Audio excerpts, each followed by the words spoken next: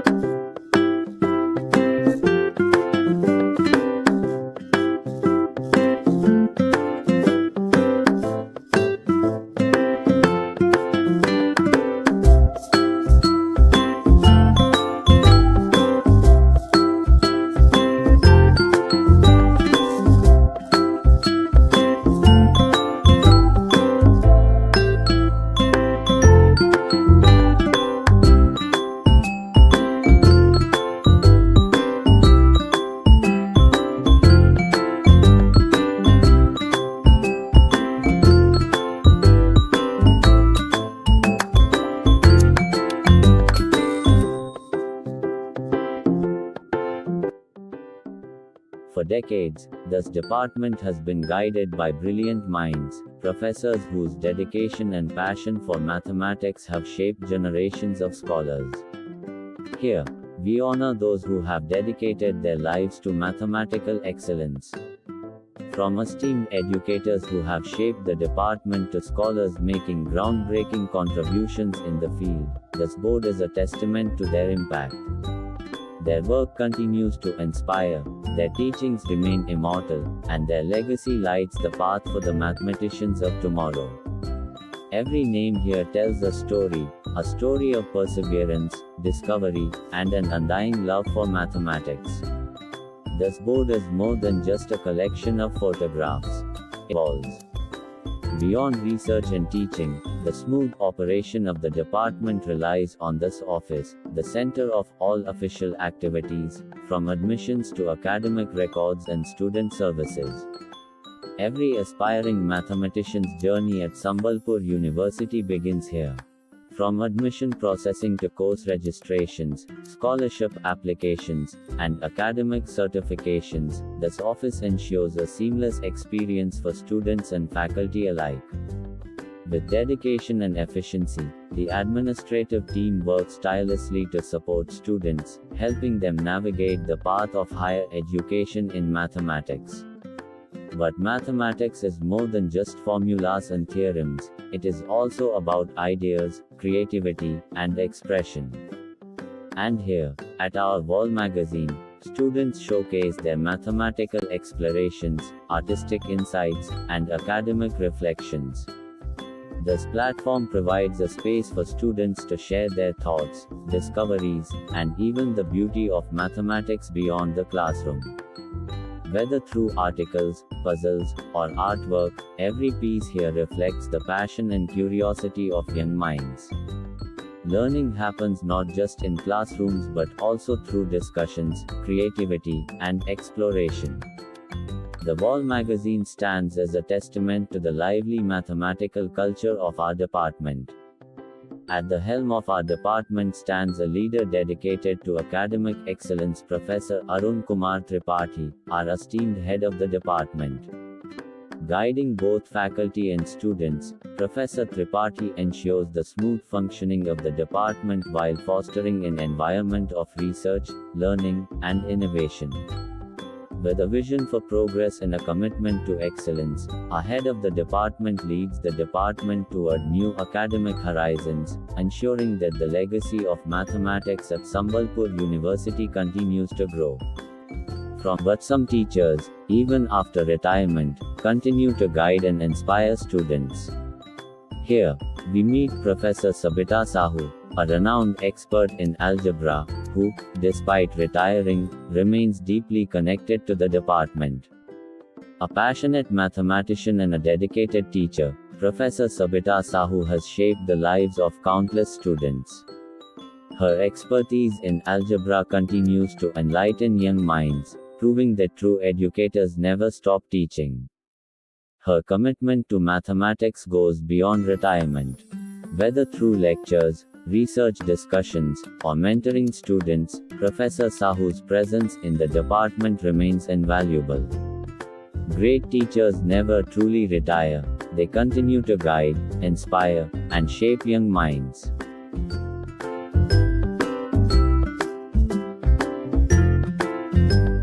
As we move ahead, we come to the heart of student interaction, where young minds receive mentorship, encouragement, and expert guidance from our esteemed guest faculties. Here, we meet Dr. Madhuchanda Sahu and Mr. Rajesh Kumar Sahu, two dedicated faculty members who not only excel in their respective fields but also connect deeply with students as mentors and guides. It was a quiet afternoon in the Department of Mathematics at Sambalpur University. The sun cast long shadows through the trees outside, and a gentle breeze carried the distant echoes of students engaged in lively discussions. Amidst this academic serenity lay the heart of the department's digital realm, the computer lab. In the mathematics department's computer lab, students and researchers work with latex to draft research papers, project reports, and presentations. Welcome to Sambalpur University, a place where knowledge meets tradition, and aspirations turn into achievements. As we move forward through this lush green campus, we approach a hub of mathematical excellence, our Department of Mathematics. Established in 1969, the Department of Mathematics has been a pillar of academic strength, shaping young minds and advancing the frontiers of mathematical research. Step inside, where equations come to life, numbers tell stories, and every theorem unravels a new possibility.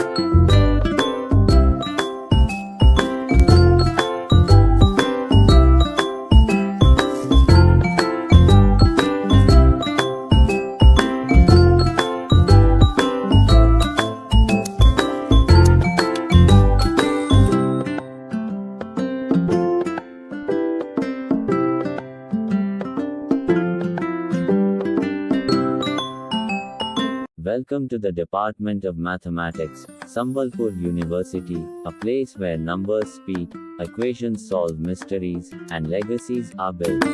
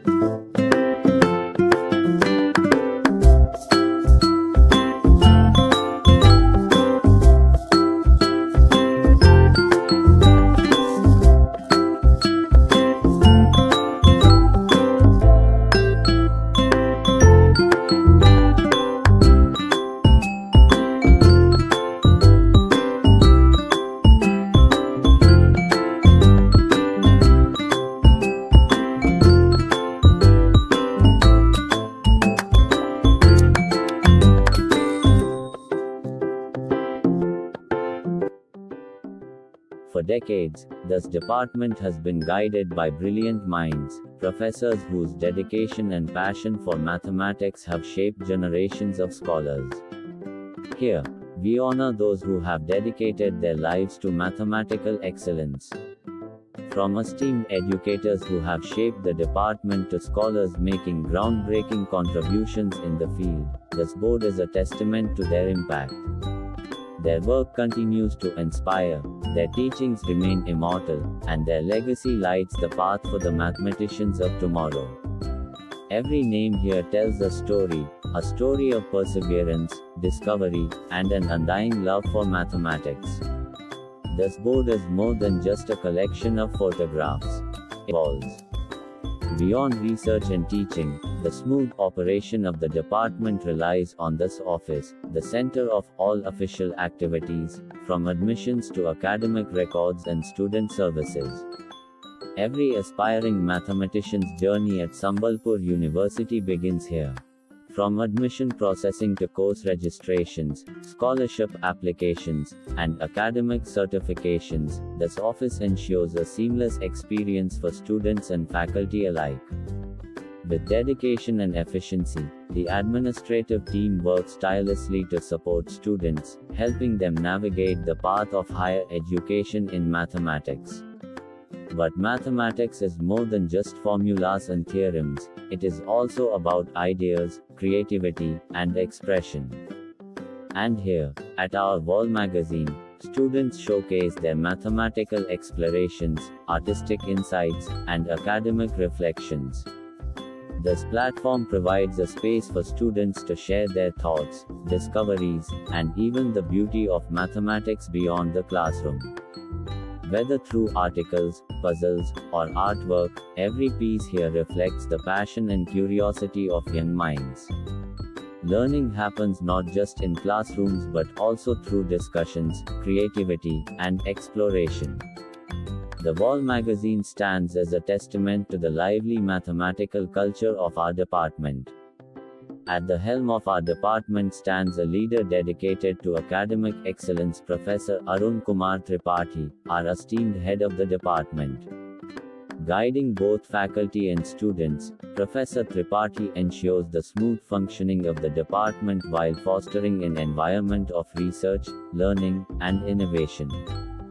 With a vision for progress and a commitment to excellence, our head of the department leads the department toward new academic horizons, ensuring that the legacy of mathematics at Sambalpur University continues to grow. But some teachers, even after retirement, continue to guide and inspire students. Here, we meet Professor Sabita Sahu, a renowned expert in algebra, who, despite retiring, remains deeply connected to the department. A passionate mathematician and a dedicated teacher, Professor Sabita Sahu has shaped the lives of countless students. Her expertise in algebra continues to enlighten young minds, proving that true educators never stop teaching. Her commitment to mathematics goes beyond retirement.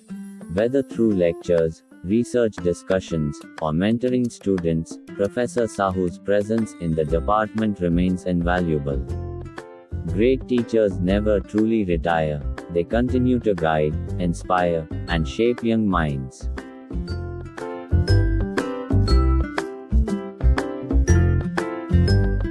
As we move ahead, we come to the heart of student interaction, where young minds receive mentorship, encouragement, and expert guidance from our esteemed guest faculties. Here, we meet Dr. Madhuchanda Sahu and Mr. Rajesh Kumar Sahu, two dedicated faculty members who not only excel in their respective fields but also connect deeply with students as mentors and guides. It was a quiet afternoon in the Department of Mathematics at Sambalpur University. The sun cast long shadows through the trees outside, and a gentle breeze carried the distant echoes of students engaged in lively discussions. Amidst this academic serenity lay the heart of the department's digital realm, the computer lab. In the mathematics department's computer lab, students and researchers work with LaTeX to draft research papers, project reports, and presentations. Welcome to Sambalpur University, a place where knowledge meets tradition, and aspirations turn into achievements. As we move forward through this lush green campus, we approach a hub of mathematical excellence, our Department of Mathematics. Established in 1969, the Department of Mathematics has been a pillar of academic strength, shaping young minds and advancing the frontiers of mathematical research. Step inside, where equations come to life, numbers tell stories, and every theorem unravels a new possibility.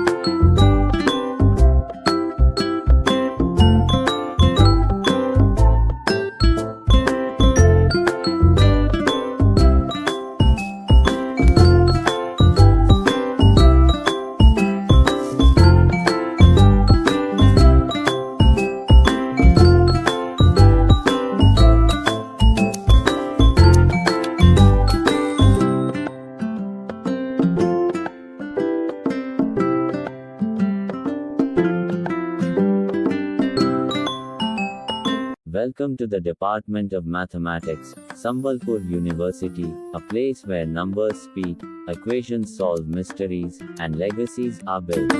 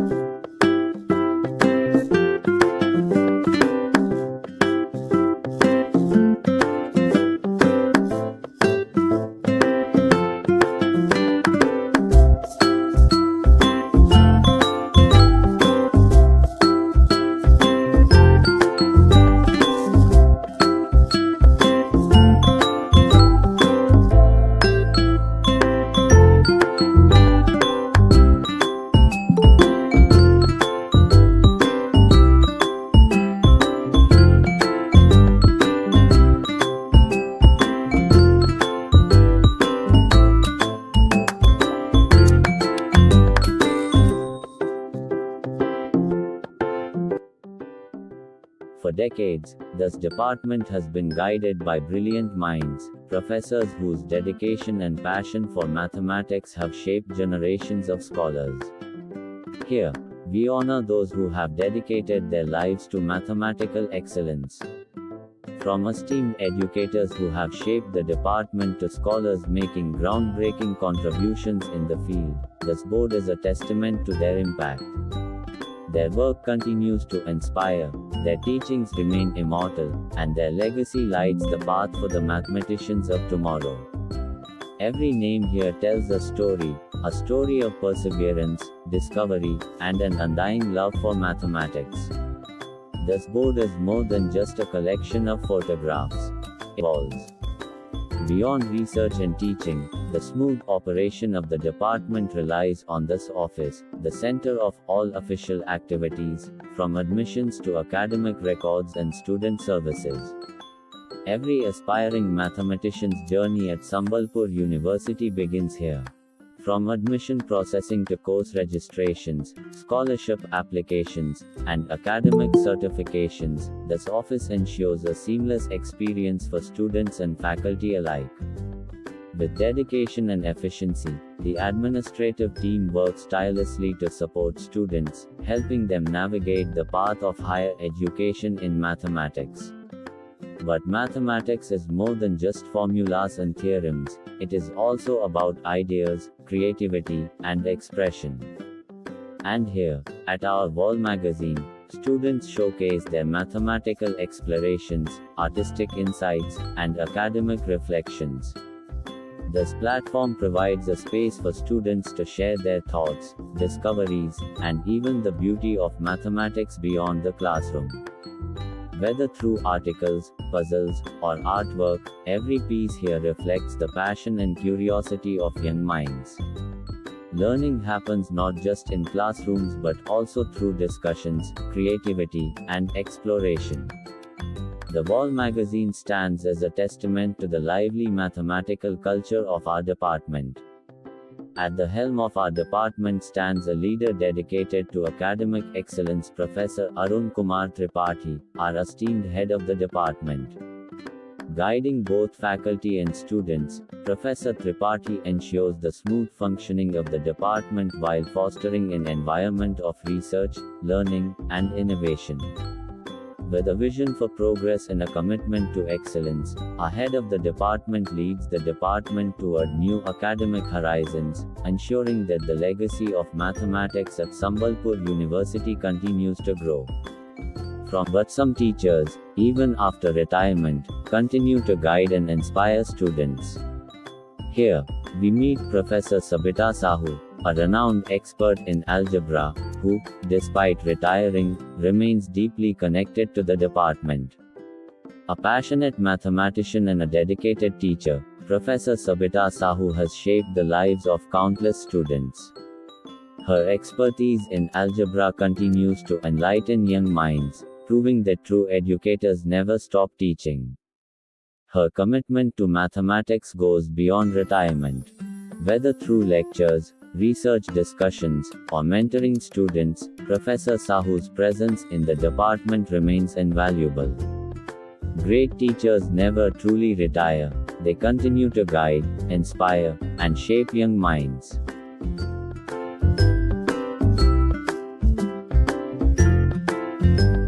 As we move ahead, we come to the heart of student interaction, where young minds receive mentorship, encouragement, and expert guidance from our esteemed guest faculties.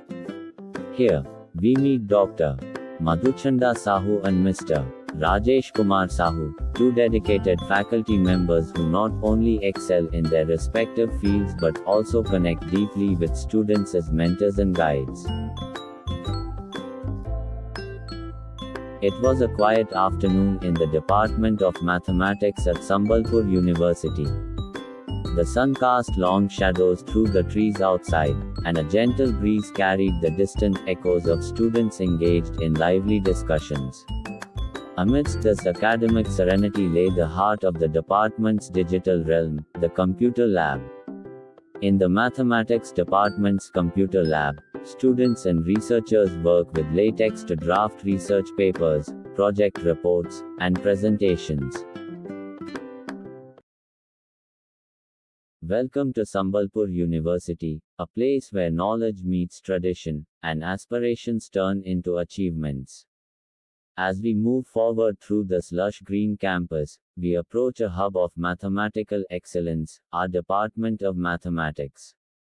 Established in 1969, the Department of Mathematics has been a pillar of academic strength, shaping young minds and advancing the frontiers of mathematical research. Step inside, where equations come to life, numbers tell stories, and every theorem unravels a new possibility.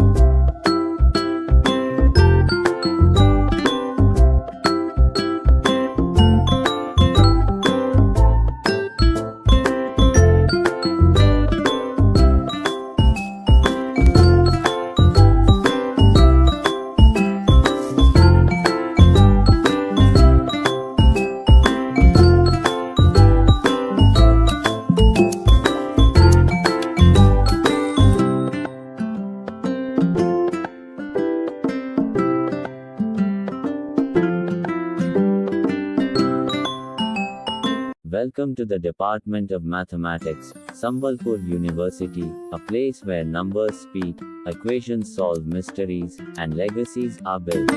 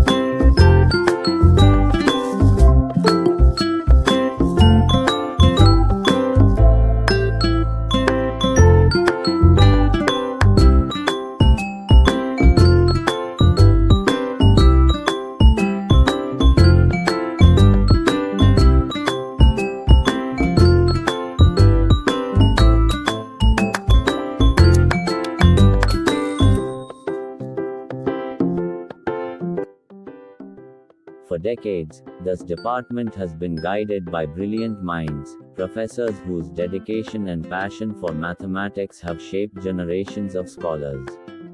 Here, we honor those who have dedicated their lives to mathematical excellence.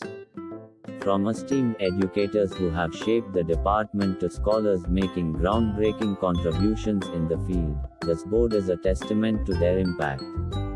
Their work continues to inspire, their teachings remain immortal, and their legacy lights the path for the mathematicians of tomorrow. Every name here tells a story of perseverance, discovery, and an undying love for mathematics. This board is more than just a collection of photographs. It evolves. Beyond research and teaching, the smooth operation of the department relies on this office, the center of all official activities, from admissions to academic records and student services.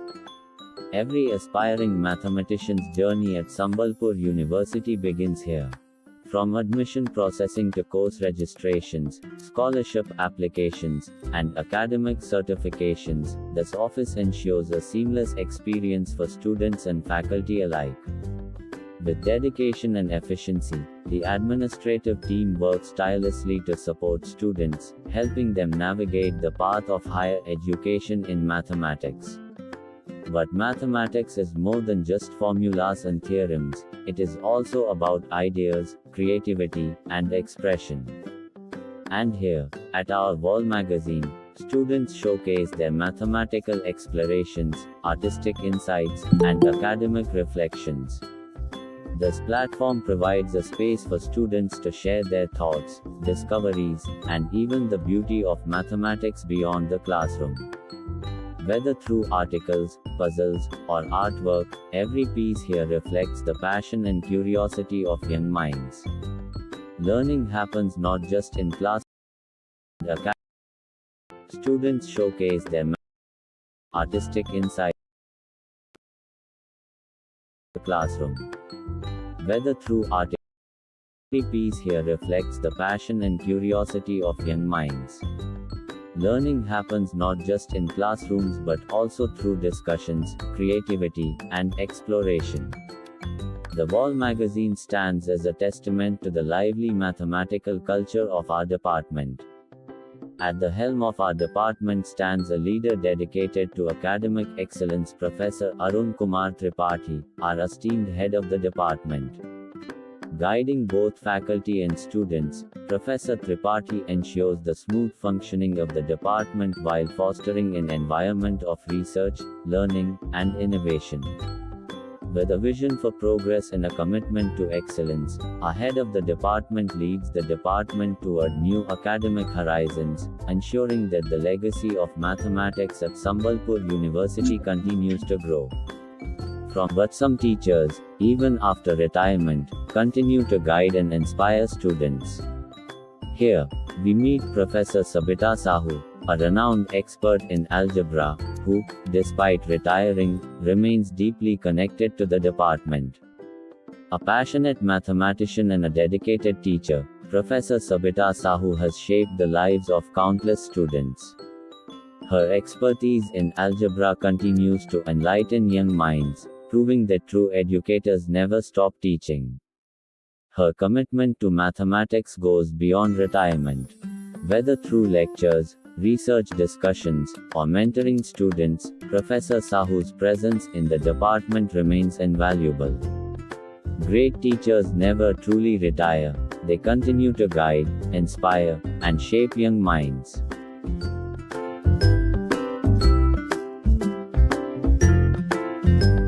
As we move ahead, we come to the heart of student interaction, where young minds receive mentorship, encouragement, and expert guidance from our esteemed guest faculties. Here, we meet Dr. Madhuchanda Sahu and Mr. Rajesh Kumar Sahu, two dedicated faculty members who not only excel in their respective fields but also connect deeply with students as mentors and guides. It was a quiet afternoon in the Department of Mathematics at Sambalpur University. The sun cast long shadows through the trees outside, and a gentle breeze carried the distant echoes of students engaged in lively discussions. Amidst this academic serenity was the heart of the department's digital realm, the computer lab. In the mathematics department's computer lab, students and researchers work with LaTeX to draft research papers, project reports, and presentations. Welcome to Sambalpur University, a place where knowledge meets tradition, and aspirations turn into achievements. As we move forward through this lush green campus, we approach a hub of mathematical excellence, our Department of Mathematics. Established in 1969, the Department of Mathematics has been a pillar of academic strength, shaping young minds and advancing the frontiers of mathematical research. Step inside, where equations come to life, numbers tell stories, and every theorem unravels a new possibility.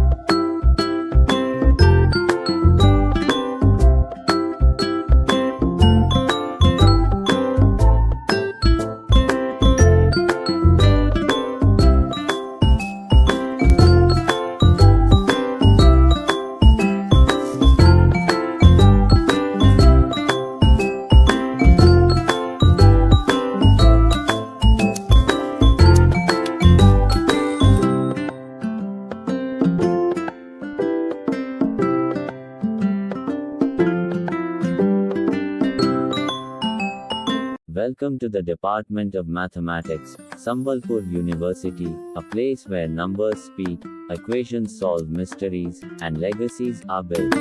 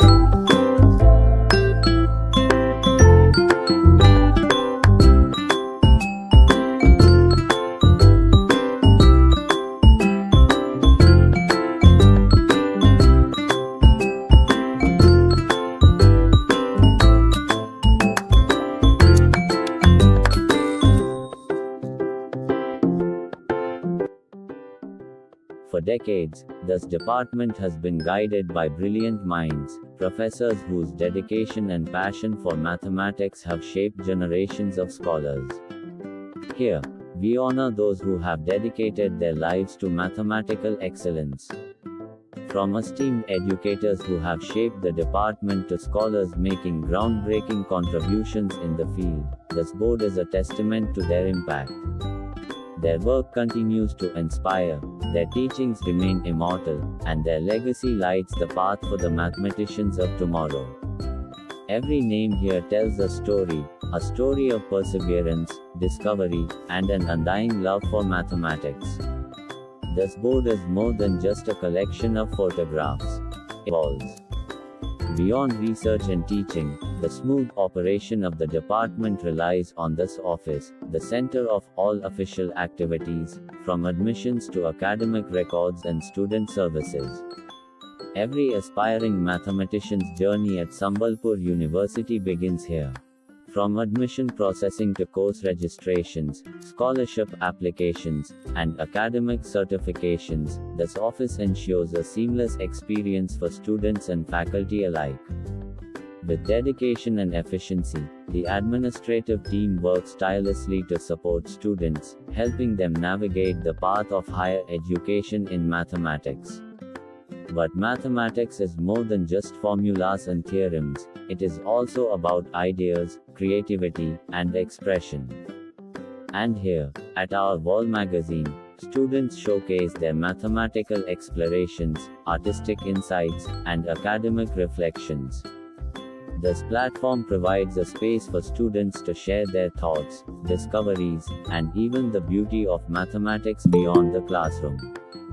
Whether through articles, puzzles, or artwork, every piece here reflects the passion and curiosity of young minds. Learning happens not just in classrooms but also through discussions, creativity, and exploration. The Wall magazine stands as a testament to the lively mathematical culture of our department. At the helm of our department stands a leader dedicated to academic excellence, Professor Arun Kumar Tripathi, our esteemed head of the department. Guiding both faculty and students, Professor Tripathi ensures the smooth functioning of the department while fostering an environment of research, learning, and innovation. With a vision for progress and a commitment to excellence, our head of the department leads the department toward new academic horizons, ensuring that the legacy of mathematics at Sambalpur University continues to grow.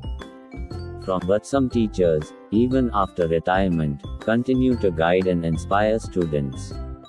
Here, we meet Professor Sabita Sahu, a renowned expert in algebra, who, despite retiring, remains deeply connected to the department. A passionate mathematician and a dedicated teacher, Professor Sabita Sahu has shaped the lives of countless students. Her expertise in algebra continues to enlighten young minds, proving that true educators never stop teaching. Her commitment to mathematics goes beyond retirement. Whether through lectures, research discussions, or mentoring students, Professor Sahu's presence in the department remains invaluable. Great teachers never truly retire, they continue to guide, inspire, and shape young minds.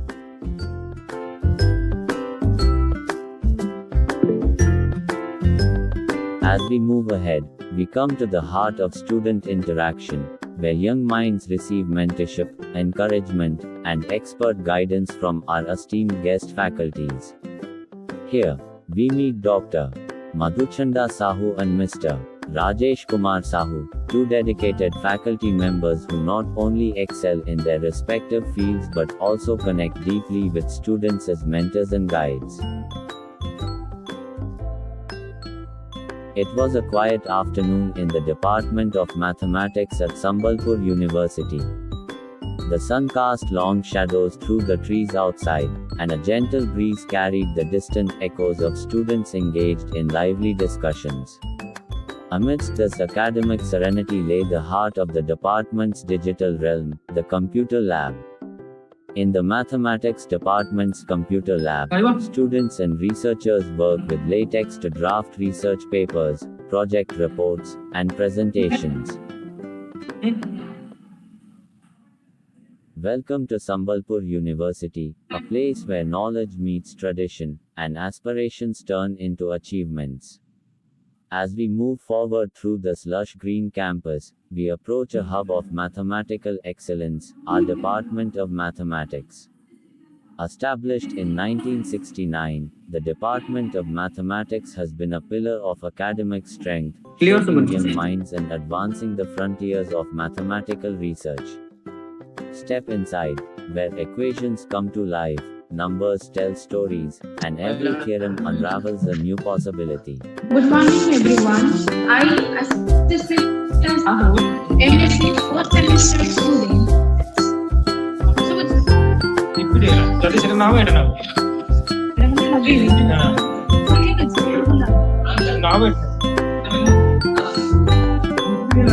Good morning, everyone. I, Assistant Sahu, MSc 4th semester student, Department of Mathematics, Sambalpur University.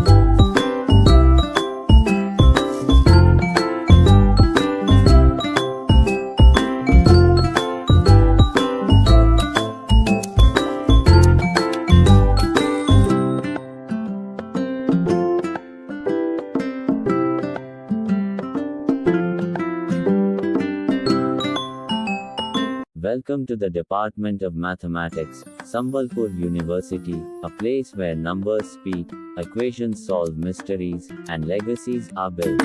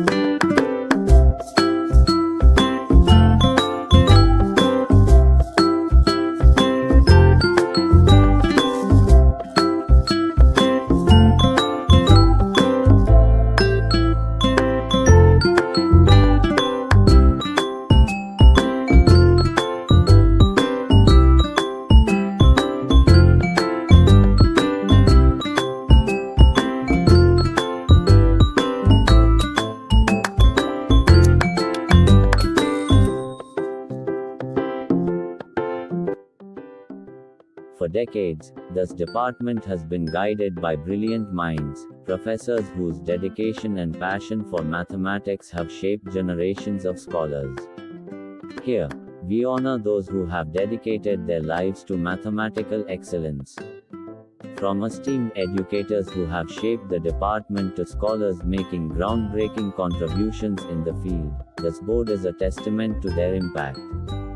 Their work continues to inspire, their teachings remain immortal, and their legacy lights the path for the mathematicians of tomorrow. Every name here tells a story of perseverance, discovery, and an undying love for mathematics. This board is more than just a collection of photographs. It evolves. Beyond research and teaching, the smooth operation of the department relies on this office, the center of all official activities, from admissions to academic records and student services. Every aspiring mathematician's journey at Sambalpur University begins here. From admission processing to course registrations, scholarship applications, and academic certifications,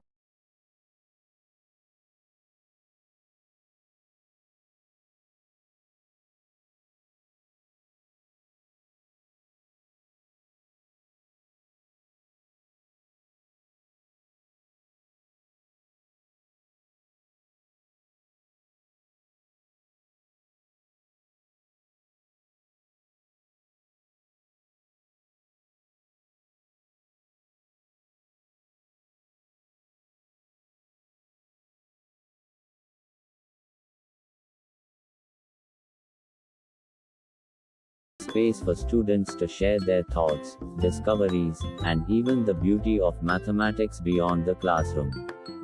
Whether through articles, puzzles, or artwork, every piece here reflects the passion and curiosity of young minds. Learning happens not just in classrooms but also through discussions, creativity, and exploration. The Wall magazine stands as a testament to the lively mathematical culture of our department. At the helm of our department stands a leader dedicated to academic excellence, Professor Arun Kumar Tripathi, our esteemed head of the department. Guiding both faculty and students, Professor Tripathi ensures the smooth functioning of the department while fostering an environment of research, learning, and innovation. With a vision for progress and a commitment to excellence, our head of the department leads the department toward new academic horizons, ensuring that the legacy of mathematics at Sambalpur University continues to grow. But some teachers,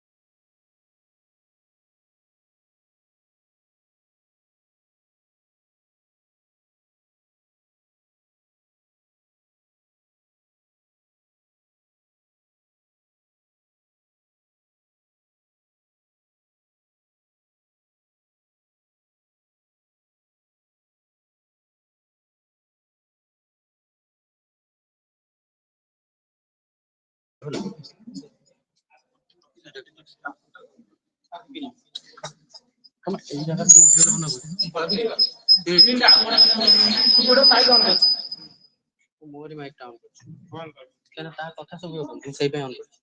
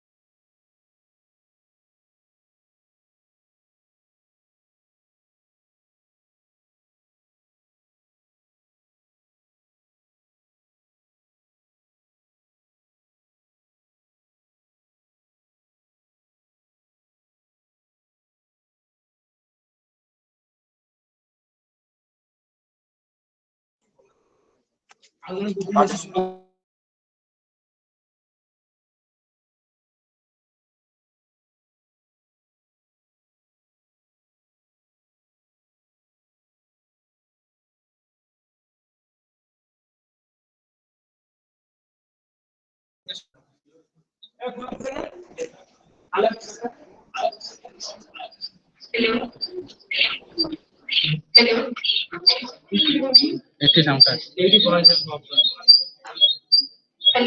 mute मार दे mute mute mute YouTube भी नहुची कि सेटा देखियार अछि जल्दी hello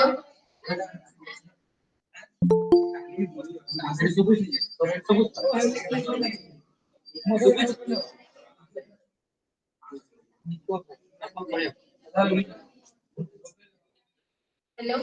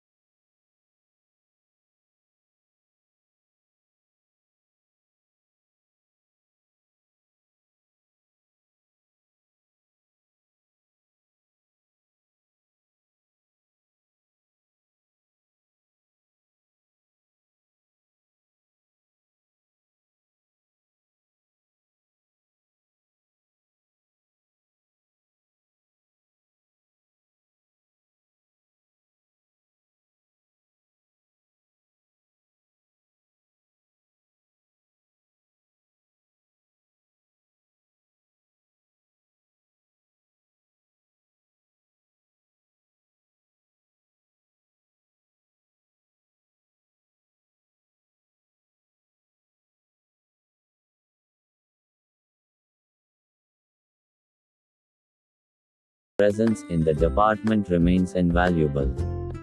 Great teachers never truly retire, they continue to guide, inspire, and shape young minds.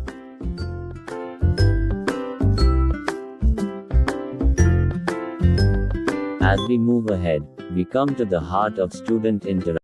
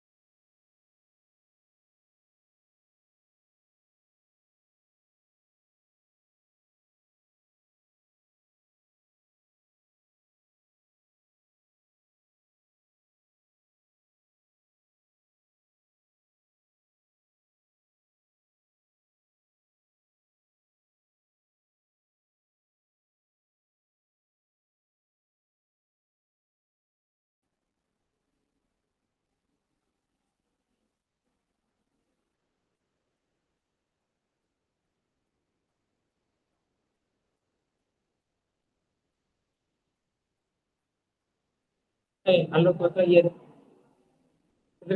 आलोक किसी गोटे कह आलोक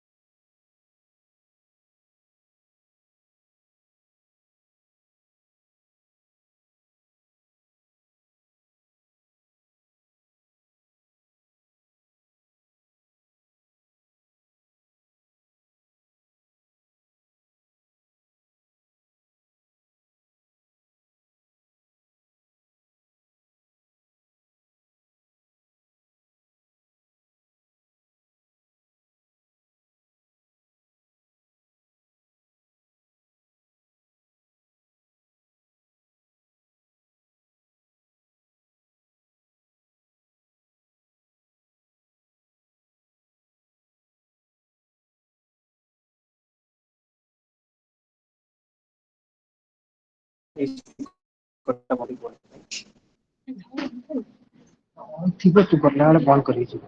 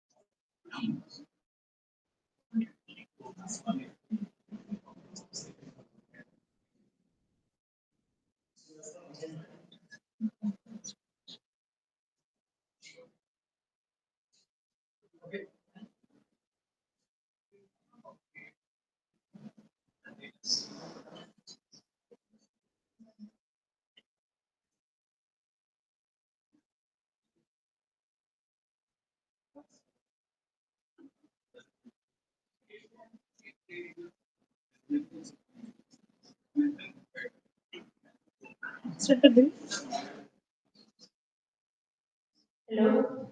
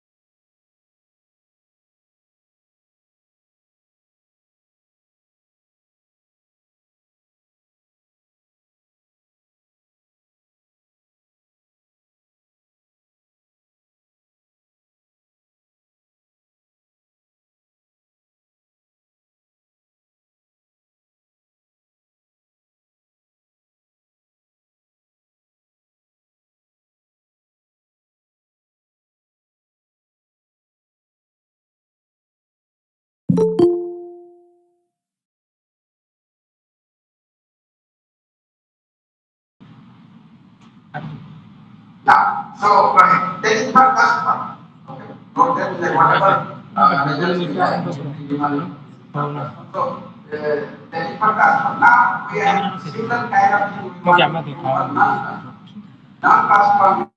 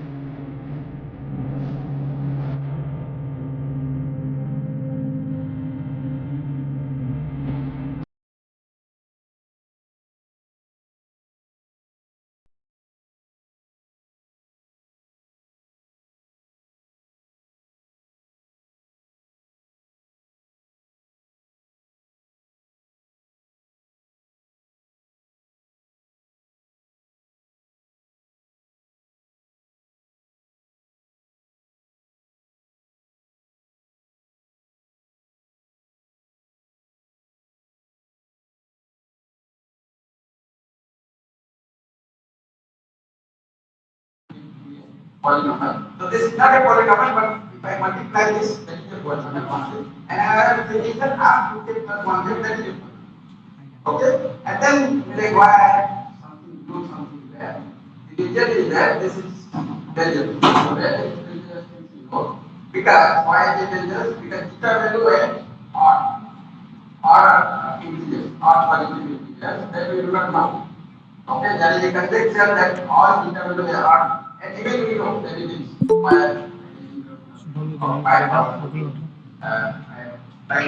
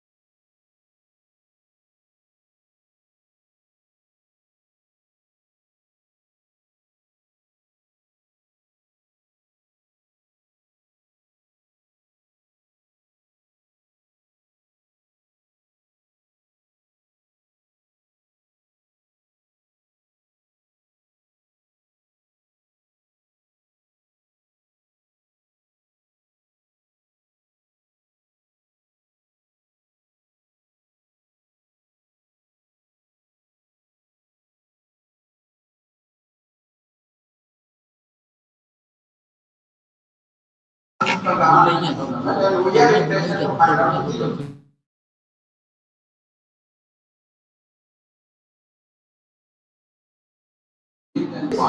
one, 2011. So they proved that all the non-real zeros are on the unit cell. So they are in fact simple and they lie on the unit cell. And they proved also that there are four real zeros. Four real zeros. They are distinct. There are four real distinct. Okay, so in the case of plus particular the period polynomial we consider Raji equality legend. So all the zeros lie on unit circle. But here not all the zeros lie on unit circle. Certain zeros are there. Zeros are there which are not real zeros, and they are like this. Alpha k is 0 minus 0 alpha k 1 by alpha k minus 1 by all. Okay, so this was done by Ram of this method. So now one can talk about, as I said, that right hand side, if I multiply z, that becomes a so therefore I multiply the left hand side by z, then the right hand side can multiply by z, so that will be a polynomial. Okay, then people also have studied about zeros of the whole, not the r plus 1. So z times of that. Okay, that is a polynomial. And that was proved that in this case all the zeros lie on the unit. Now, so this is some kind of thing. So in generalization of polynomial they appear in some transformation property of Atul Dixit and Rajat Gupta. So 19. So from here, if you look at this definition of G 2k plus 1x and some transformation, similar kind of thing, that means zeta, if you look at the transformation property I got, zeta 2k plus 1 was appearing and then some polynomial was appearing. So similar thing here, this polynomial appearing. This polynomial is here square. Okay, you consider this as z, alpha by beta as z to the power 2j, then this will be a polynomial in z. But there it was just formally number coming, here it is square. So square coming and like, because I have defined in such a way that here square of theta function is coming. Theta 2k plus 1 square. So that means they got some transformation formula. So here again some kind of some variant of Ramanujan polynomial is coming, and instead of theta 2k plus 1 here theta square 2k plus 1. That means here the coefficient square, then I am getting theta square. Okay? And similarly, this was again generalized by Banerjee and Sahni. So they got similar transformation formula where zeta power L came. Zeta power L appeared in this transformation property. And then this was conjecture. So similar to Ramanujan polynomial, what Ramurthy is authored. So here they consider this polynomial RKLX.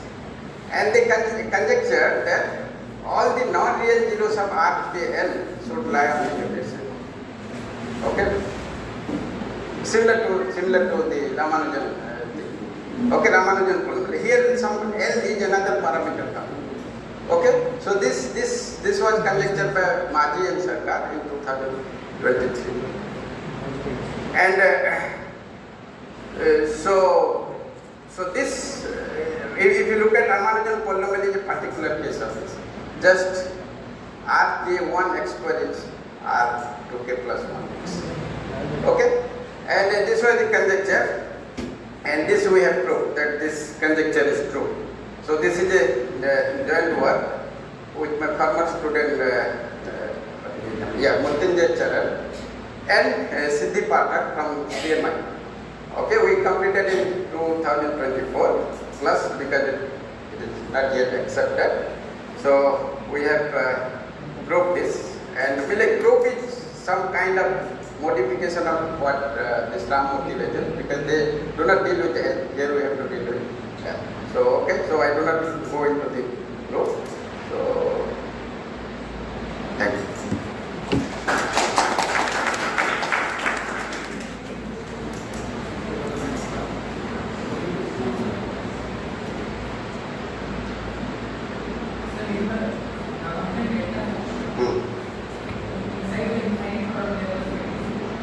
Yes. 12. Yes, there is a relation. Because because the 24 appearing there, so it is 12. Generalized means if you take any power. No, not here, because outside there is Q also. You have to take another power, suppose 2, it's square. Again it will be with 24. Okay, so there it will be 48 will appear, but again Q power 2 also will come.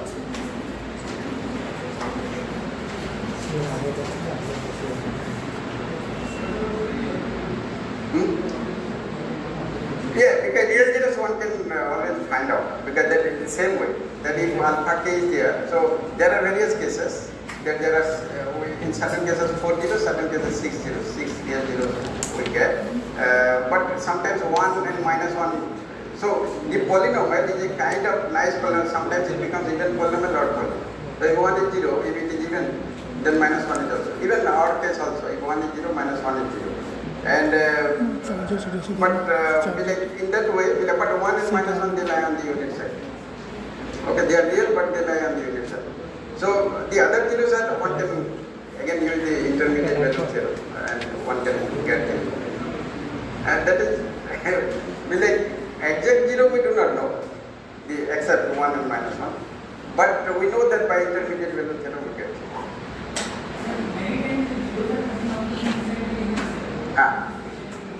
So yeah, because this kind of polynomial, they are called self-dual polynomial or self-reciprocal. Because of that, I think most of the zeros should lie on the unit side. That is the philosophy. But some, there are some exceptions.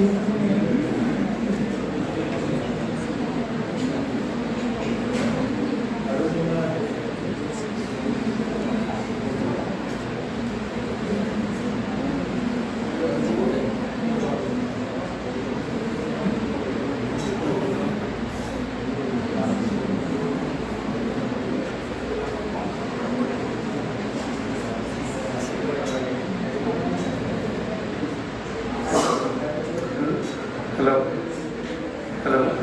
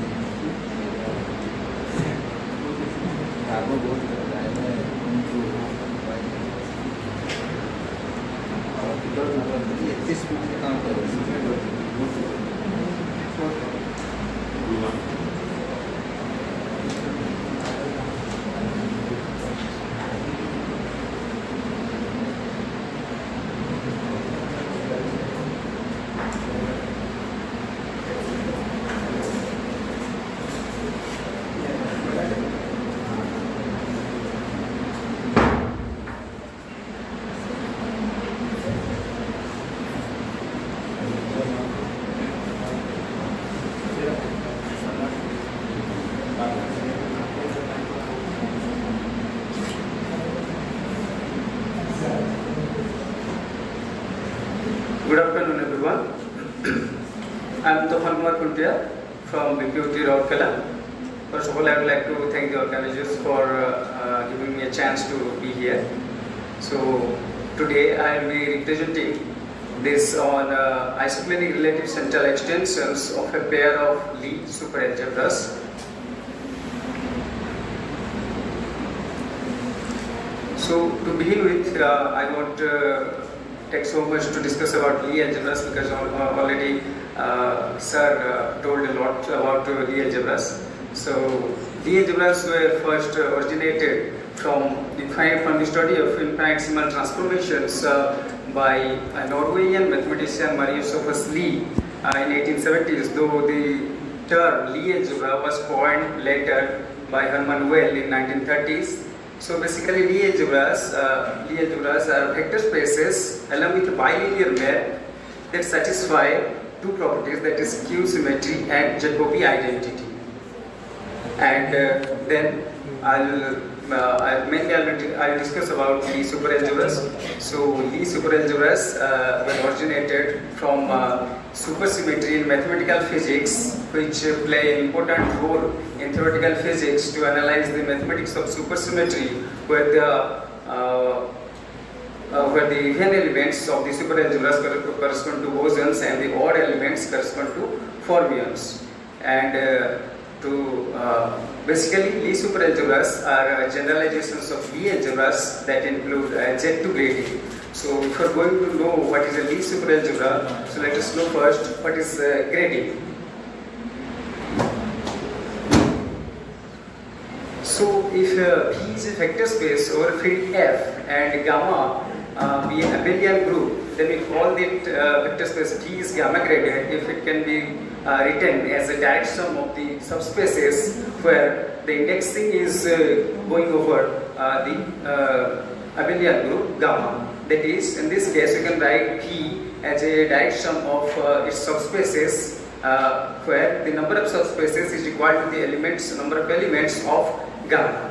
And since we can write this as the sum of its subspaces, so any element of this vector space Y, let's say Y be an element of the vector space, then it can be written as a direct sum of its elements like this, that is Y is a summation of Yks, where which Yk belongs to the subsequent Vk. Okay, so if now this gamma becomes Z2, that means if the Lie algebra is graded by the abelian group Z2, then we will call this super vector space or a superspace.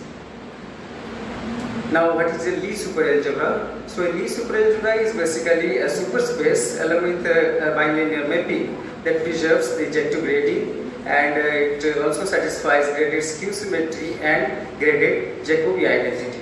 So this is an example, simple example of a Lie superalgebra, where if L is any associative superalgebra, then with this commutator defined by the commutator of Xi1 and Xi2 is equal to Xi1 Xi2 minus 1 to the power k omega Xi2 Xi1. So with this commutator relation, any associative superalgebra becomes a Lie superalgebra. So here k is the degree of Xi1 and omega is the degree of Xi2. So what is the degree now? So if an element, since this is a Lie superalgebra, so that means it is graded by Z2, that means L is equal to L0 direct sum L1. So any element that belongs to either L0 or L1, we call it a homogeneous element. Okay, so if an element belongs to L0, then its degree is 0. If it belongs to L1, its degree is 1. So now we will define what is an abelian Lie superalgebra. So it is similar to how we define for groups, that is a Lie superalgebra is said to be abelian if the commutator relation of any two elements of this Lie superalgebra is equal to 0. Then we define a derived subalgebra, that is the commutator of a Lie superalgebra itself is called a derived subalgebra. Then we define what is a graded ideal. So similar to how we define ideal in case of rings. So here if our L is adjective graded superalgebra or Lie superalgebra, then any subalgebra I will be a graded ideal if the commutator of I with L is contained in I. Then we also define center of a Lie superalgebra, that is the elements of L that commute with all other elements of L. Is called the center of this Lie superalgebra. And a Lie superalgebra is called a stem Lie superalgebra if its center is contained in its graded subalgebra. So here there is an example of stem Lie superalgebra, where we have taken this superalgebra with basis Xi1, Xi2, Xi3, where our Xi1 basis generates the even part of the superalgebra, and Xi2 and Xi3 they generate the odd part of the superalgebra. So in this case, and we define the commutator relation by the commutator of Xi1 and Xi2 is equal to Xi3 and all other relations are 0. So then we get that its center is basically equal to L2, that is generated by Xi3. So in this case, the center is contained in its graded ideal. So it becomes a stem Lie superalgebra. So then we define. So this work is basically on a pair of Lie superalgebras. So what is a pair of Lie superalgebra? So if L is a Lie superalgebra and M is any of its ideal, then this pair of M and L, we call it a pair of Lie superalgebras. And for that pair, we also define its commutator, like the commutator of M and L is equal to the commutator of all the elements small m, where small m is in M and L is in L. And similarly, we define the center of this pair, like those elements of M for which the commutator of ML is equal to 0 for all L in L. Then to define what is an action of a Lie superalgebra on another Lie superalgebra. So if L and K are any two Lie superalgebras, then by an action of L on K, we mean a bilinear map that goes from L cross K to K that satisfies these three conditions. Now define what is the relative central extension of a pair of Lie superalgebras. So let's say M and ML, the pair ML be a pair of Lie superalgebras. Then the relative central extension of ML is a homomorphism of Lie algebras that goes from M star to L with an action of L on M star satisfying these four conditions, that is sigma of M star is equal to M and these three conditions. So for a given relative central extension sigma from M star to L, the L commutator and the L central subalgebras also can be defined in these ways. Now we define what is an isoclinism of a pair of Lie superalgebras. So define, so let's say M1, L1 and M2, L2 be two pairs of Lie superalgebras. Then between them we define an isoclinism. So to define it, we take into consideration two isomorphisms. That is, one is alpha that goes from L1 by Z M1 and to L2 by Z M2 L2, and beta goes from the commutator of M1 L1 to the commutator of M2 L2. So here to define isoclinism, we are considering two isomorphisms. So how it is different from isomorphism? So basically, isomorphism, while defining isomorphism, we define between two, let's say between any two groups, let's say G and H. So where the mapping goes from one group to another group, and it takes into considerations all of their elements directly. But in this case, the isomorphisms, they are defined between the subalgebras of the corresponding pair of Lie superalgebras. So this is basically a weaker condition than isomorphism. Okay, so using isomorphism, we can study the structural properties and the symmetries of the groups by classifying them into certain classes. So using isoclinism, we can further classify them into smaller classes, which makes us easier to further study or study deeper into their structural properties and symmetries, and also their elements. So this is how we define isoclinism between two pairs of Lie superalgebras. So now if let's say M1, L1 and M2, L2 be any two pair of Lie superalgebras, then we again take into consideration two homomorphisms, gamma and beta, where gamma goes from L1 to L2 and beta goes from M1 star to M2 star, and define it in this way such that here sigma I from Mi star to Li are relative central extensions of the two pairs of Lie superalgebras respectively. Then this pair of gamma beta is called an isomorphism between the relative central extensions sigma 1 and sigma 2. Okay, so now again, if these two homomorphisms or isomorphisms gamma and beta satisfy further conditions that is given in the next definition, then they also form an isoclinism between these two pairs.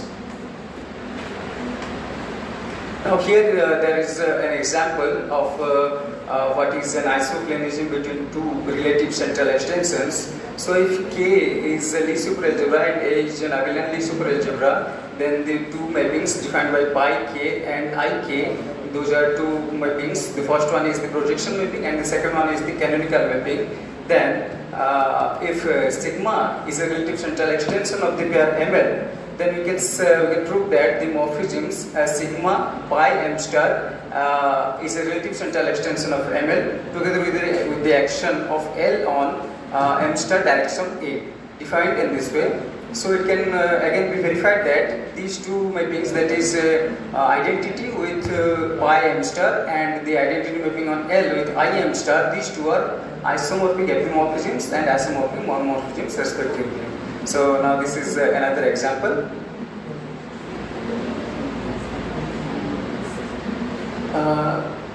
When it is defined, I will written the mapping.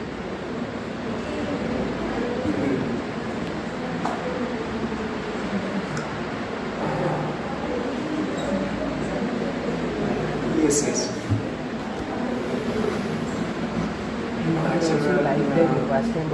I have not written it here.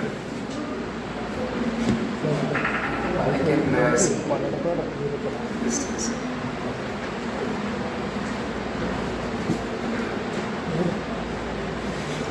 So these are some of the results, basic fundamental results that tell some of the structural properties of the pair of isomorphisms, or to be fair, if alpha and beta is an isoclinism between the pair of Lie superalgebras M1 L1 and M2 L2, then these are some of the properties that they satisfy under these conditions.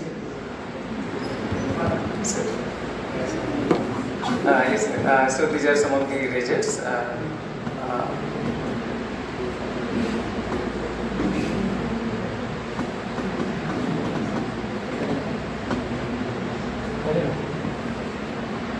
Thank you.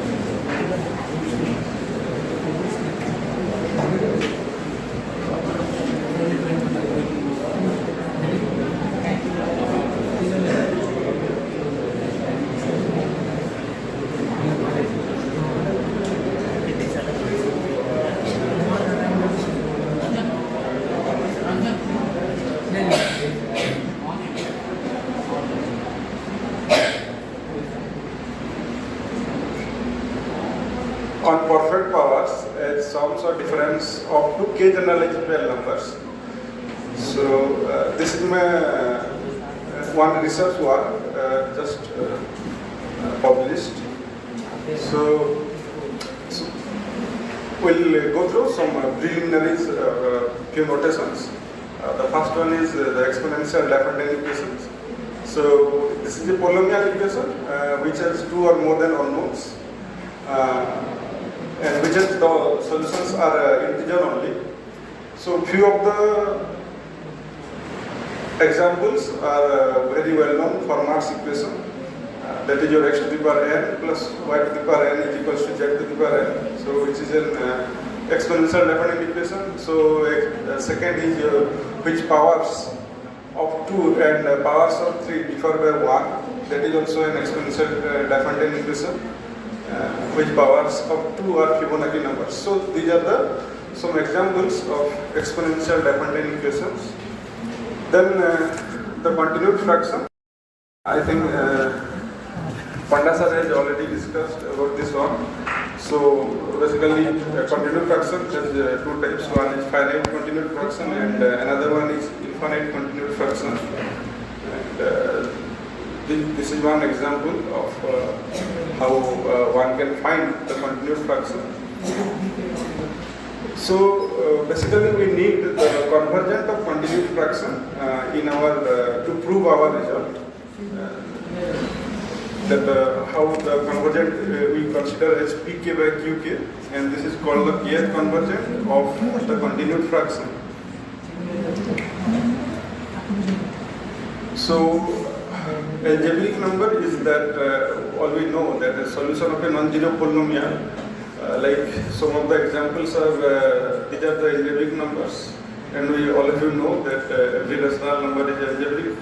So our result is based on some results of algebraic numbers.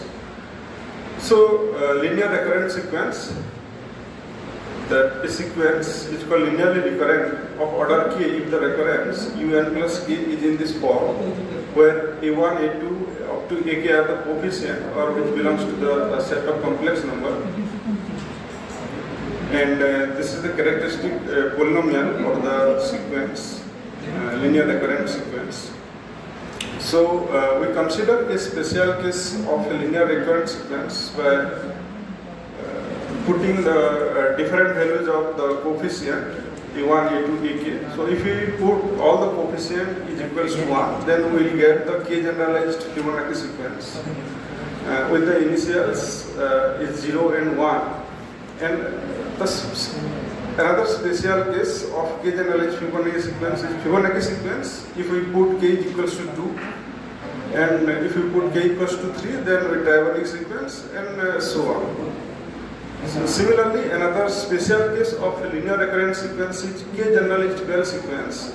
If we just put the first coefficient a1 is 2 and the rest coefficient are 1 with initial is 0 and 1. So my work is over this sequence, k generalized Bell sequence. And again, if we put the k equals to 2, then we get the binary recurrent sequence, the classical Bell sequence. And similarly, for k equals to 3, it's a 3 Bell sequence, and so on. So this is the very well-known classical Pell sequence, that is Pn plus 2 equals to 2Pn plus 1 plus Pn with initials 0 and 1. So this is a table of k generalized Pell numbers for different values of k.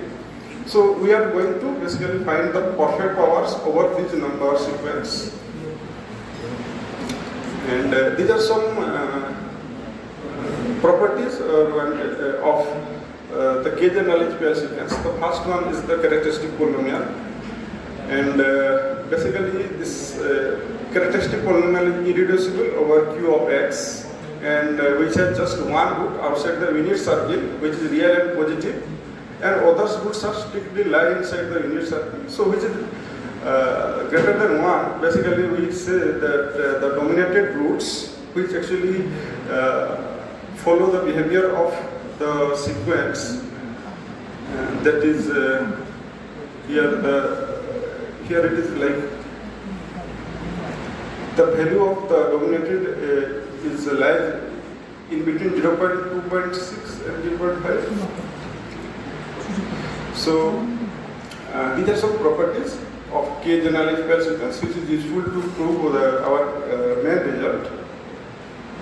So basically we are finding the perfect powers. So we already know what this perfect power is, that natural number, that is a product of equal nature factors, or in other words an integer greater than 1 that can be expressed as a square or a higher integer power of another integer. So these are some examples of perfect powers.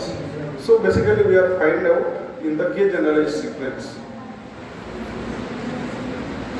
So in 1991, Petho actually found all perfect powers in the Pell sequence, and he has solved that Pn equals to y to the power s.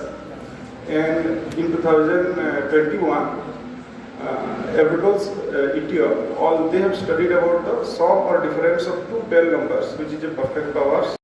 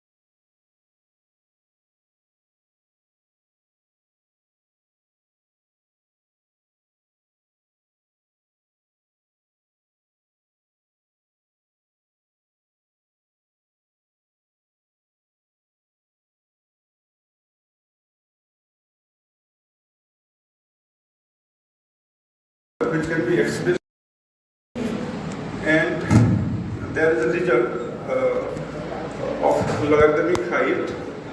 Okay, so this is the logarithmic height defined on the algebraic number. So based on this, this is a theorem of Mathief's, which is a very powerful result that allows to bound, that gives the upper bound. So using the Mathief's theorem, we have found the upper bound of the n in terms of k. So this is our step 2, that we have used the Mathief's theorem and we have got it. Then in step 3, for the large value of k, we are using the lemma of this one, and we are getting an inequality. Basically, that inequality is impossible in between for the all values of 2 to 200 and for all the values of k greater than 530. Then again, for the small case of k, we have used the Duzel and Bessel lemma, which is based on the continued fraction, and using some mathematical computation, we are able to get that there are only solution which is given in the theorem 1. We have got it. So that is how we have done.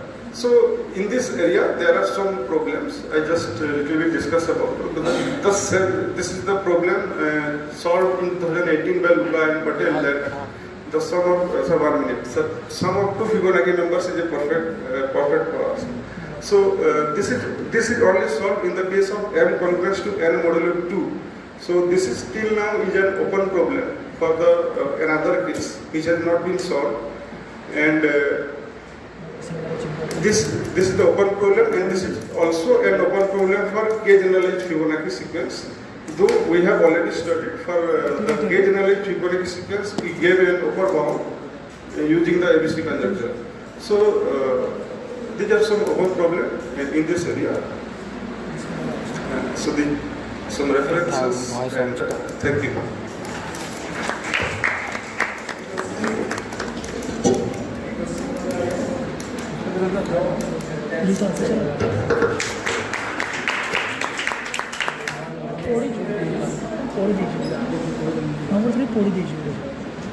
Third semester পড়ি সারলাম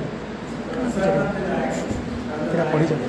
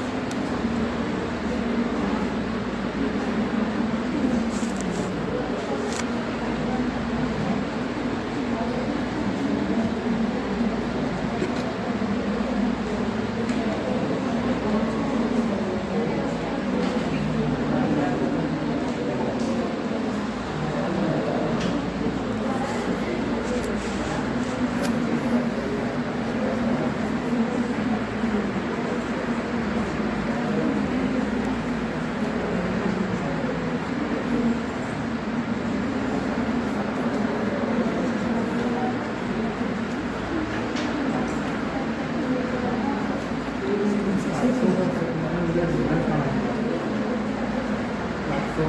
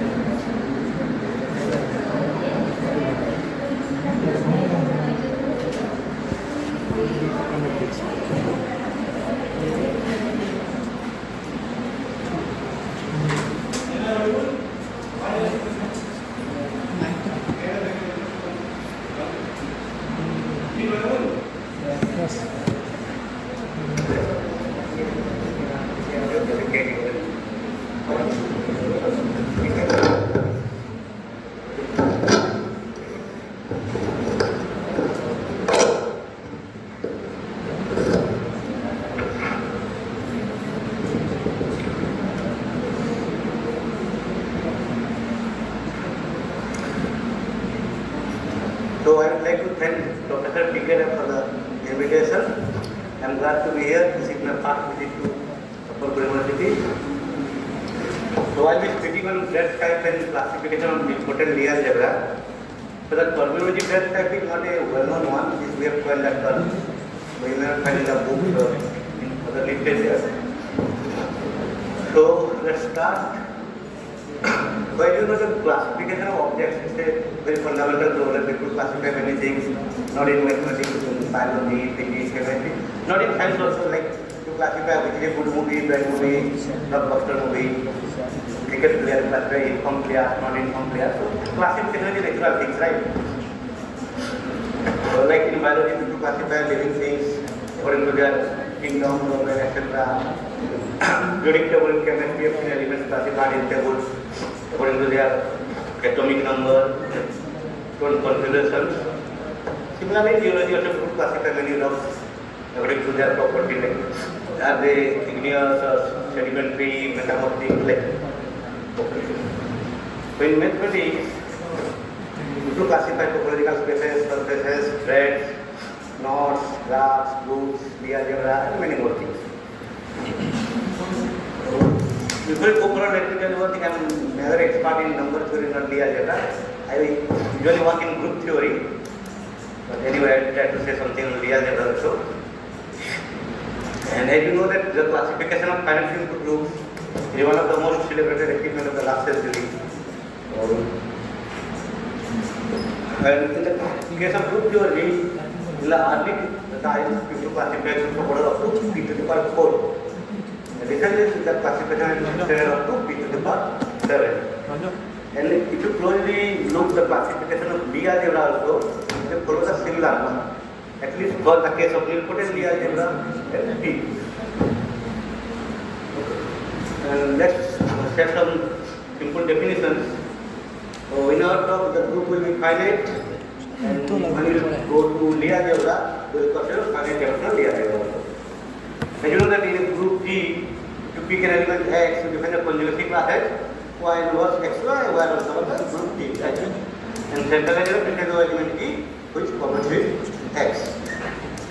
You know that the height of group is finite is equal to the height of conjugacy class times height of the central algebra. Right? Which theorem is this? You know the name of this theorem, last statement? Have you seen the statement? You know, right? What the group is equal to height of the conjugacy class times height of the central algebra. So as I said that research of group theory, classical group theory and Lie algebra, they follow a similar path. Our aim is to translate this conjugacy class in terms of Lie algebra. But how will translate conjugacy class? We don't define conjugative things in Lie algebra. But from this formula, we know that the size of conjugacy class is same as order of G by size of central area. You can translate that thing in the algebra. So we'll see that soon.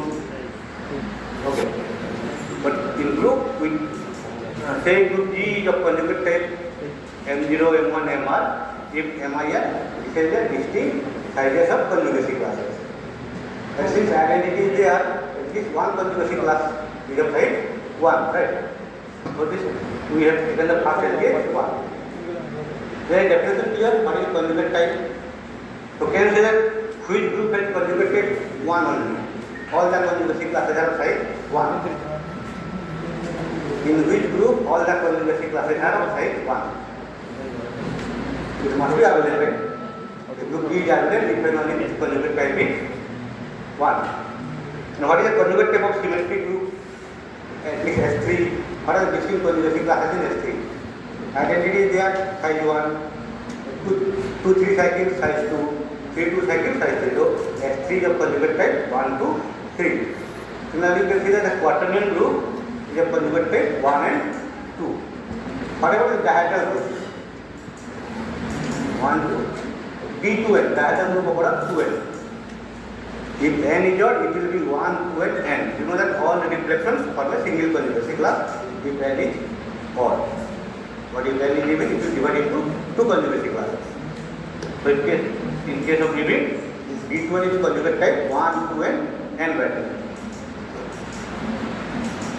And this conjugate type is invariant under isochronism. So I will need to she will cover isochronism in more detail. Anyway, I will give the definition.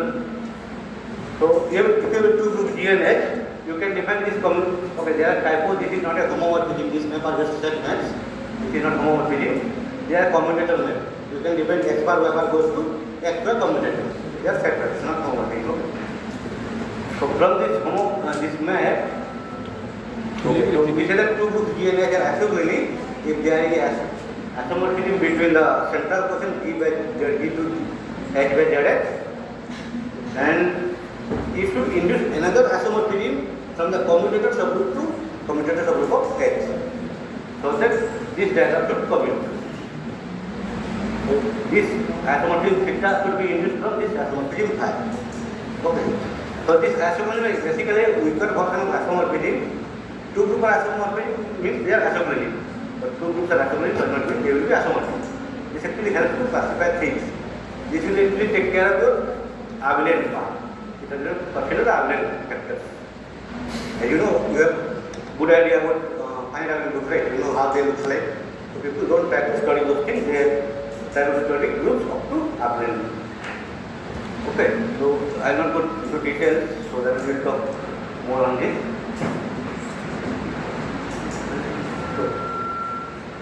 Now we will see group of conjugates 1 and n. This means all the central element has size conjugacy class size m. Central element means conjugacy class size 1, right? If it is not in center, its conjugacy class will be greater than 1. And IMSc group in 1953 that if group G of conjugated 1 and m must be prime power. So what is saying is you cannot find a group G of conjugated 1, 6. Since 6 is not a prime power. And furthermore I proved that G must be direct product P group with a abelian group. So and the nilpotent, so this group becomes nilpotent because P groups are nilpotent, you know. You take direct product of the abelian group, there are nilpotent. Direct product of nilpotent group is nilpotent, so the group is nilpotent. And its nilpotency class will be bounded by 3. So the study boils down to study P groups of conjugative 1 and P to the power r. Okay, in this regard we have some regions, but I will not go into the detail of the regions. What I am is to do the analogous things in the algebra. So okay, so this is one open problem. The classification of finite P groups of nilpotent class 2 and conjugate type 1 P to the power n for n that is equal to 4 is still open. Okay. So we will skip the definition also, how you can link what is the algebra. So for our case, our Lie algebra is finite dimensional, and we have given this add map from L to L given by y goes to x, we have fixed an element x. Okay. And central ledger of element in Lie algebra is defined as all the elements square so that the leaf vector xy is 0. Now, do you see that the rank of this map is same as 4 dimension of the central line? You know which theorem is this? You must have learned something similar in linear algebra. What is that theorem? About rank boundary theorem? So we will translate the conjugacy class ideas of group into 4 dimensional central algebra in Lie algebra. Okay. And we you know that a Lie algebra L is said to be n state if it is nilpotent, then its nilpotency class is n. So if we take n plus 1 leaf vector, it goes to 0. So we define breadth of an element x as the 4 dimension of its central element. And breadth of the Lie algebra is the maximum breadth of its elements. If there are elements of let's say 3, 4, 5, 6, we will consider the breadth of Lie algebra as 6, the highest breadth. And similarly defined, L is of breadth type 0 equal to M0, M1 up to MR is MIR. This is a distinct breadth of elements of L. And we will write in increasing order. Since 0 is there, its central element whole Lie algebra L, its code dimension will be 0. Right? So 0 is necessarily there. Like groups, Lie algebra L is of breadth type 0, then only if it is other thing. And if it is breadth type is M0, M1, MR, its breadth will be the highest one, MR. Okay. And if two Lie algebra isochronic, their breadth type will be same. Because isochronic will take care of the abelian part. And this is result. It's classified Lie algebra of breadth 3. So in this regard, there are two open problems. Classification of nilpotent Lie algebra of breadth 3. So this classification is over the field of odd characteristics. So for the field of characteristics 0 or 2, it is still open. And in general, classification of Lie algebra breadth 4 is also open. Okay. So unlike groups, a Lie algebra is of breadth 0 and still it can be non-nilpotent. In groups, it is of breadth conjugate type 1 and then it was nilpotent, right? With product of P group and abelian. But in case of Lie algebra, it did not be nilpotent. And some examples are there. This first Lie algebra, non-acclaimed Lie algebra dimension 2. This is of breadth type 0, 1, but it is not nilpotent. It is not solvable. But if it is nilpotent, like groups, its nilpotency class will be either 2 or 3. So how does this breadth type of 0, 1 look like? If a Lie algebra is of breadth type 0, 1, its dimension of its direct subalgebra will be 1. And this HM, this Hajdu Lie algebra is a special example. Okay. And we'll keep the details. Construct some Lie algebra for general breadth type 0 n. So like in groups, you have heard about 3 groups. Have you heard about 3 groups? No? Anyway, you know how to write the presentation of the group. You must have seen groups with presentation. Like cyclic group, you write x to 4 equal to 1. This represents cyclic group. Similarly, there is presentation for Lie algebra also. This Lie algebra is generated by n plus 1 element, and you take the triple leaf bracket 0. Then this Lie algebra will be of dimension m into n plus 1 by 2, and its breadth type will be 0 and n. Because this xi will commute with xi only, and it will commute with whole direct subalgebra. So the central algebra will be really this direct subalgebra will be equal to center also, and central algebra x will be x and the center. So its co-dimension will be m. So this Lie algebra of type 0, m. And you can still take some quotient and it will still be breadth type of 0, m. And I will take the quotient. Take L to be n plus 1 at a two-step nilpotent Lie algebra. Then L, if you take quotient by I, then it will be of dimension m minus n, if I is of dimension n. So our aim is to find so that this will not contain any leaf bracket, so that the central value will not increase. So in particular in this case, if you take this I to be x1, x2 leaf bracket plus x3, x4 plus up to x2r minus 1, x2r, where m equal to 2r. In this case, if you consider m equal to 4 and dimension I equal to 2, then this quotient algebra L4 by this I will be of vector 0, 3. Okay. So, we'll skip this slide. So, as I said, the classification of P groups and Lie algebra is follows similar path. So, there is a correspondence between Lie algebra or find P like P and P groups of class 2. But, okay, we will not go into details here. We'll skip this. Let's define what is combinal Lie algebra. So, there is similarly, there is combinal groups also. We said that Lie algebra is combinal Lie algebra if the leaf bracket x comma I. This is not the sum of Lie algebra generated by Excel. This is the set x y y also L. This set must be equal to the direct subalgebra. In this case, this Lie algebra is called combinal Lie algebra. And it is easy to see that if L is a two-step different combinal Lie algebra, then the center will be equal to the direct subalgebra.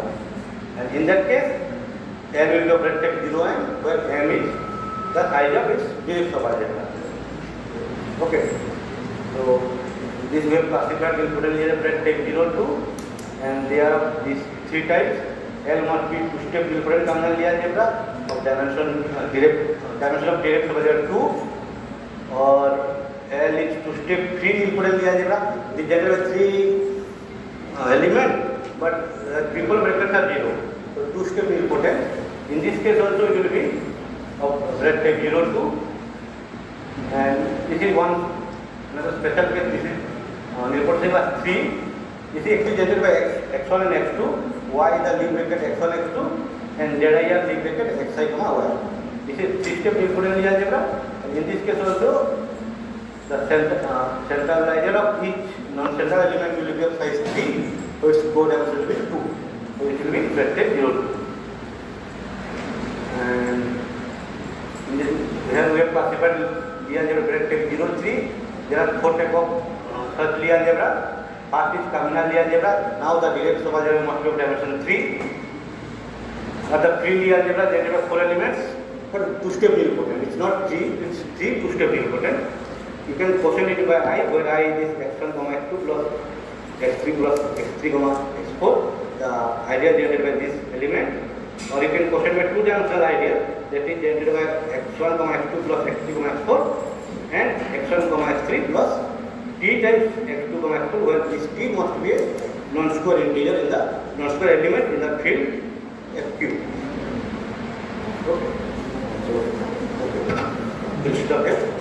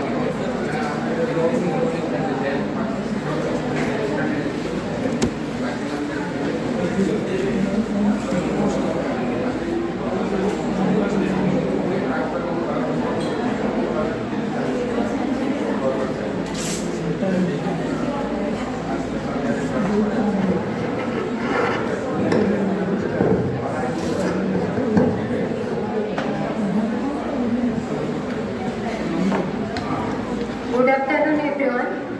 My name is and I am from Central University of Jharkhand.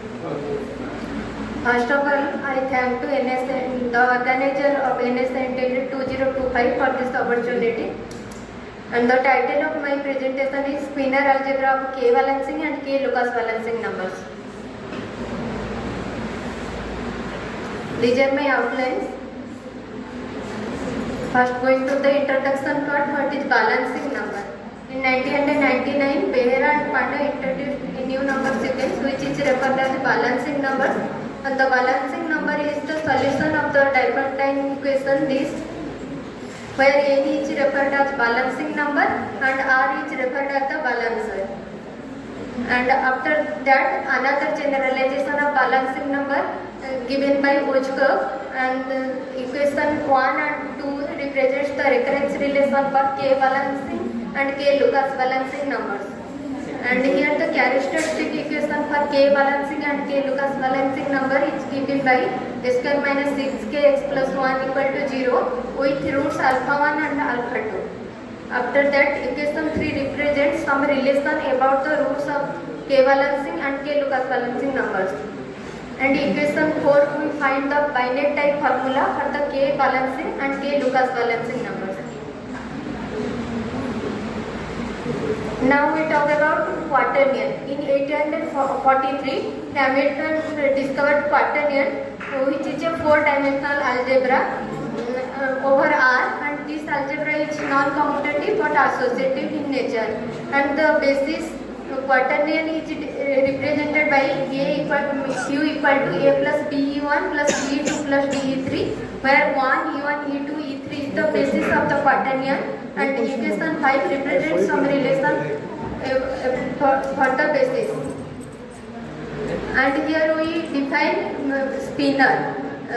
So spinor is an isotropic vector where xyz belongs to C3, and then vector xyz satisfy a square plus y square plus z square equal to 0, and then we associate two numbers xy1 and xy2, x equal to xy1 square minus xy2 square, and y equal to I xy1 square plus xy2 square, and z equal to minus 2 xy1 xy2.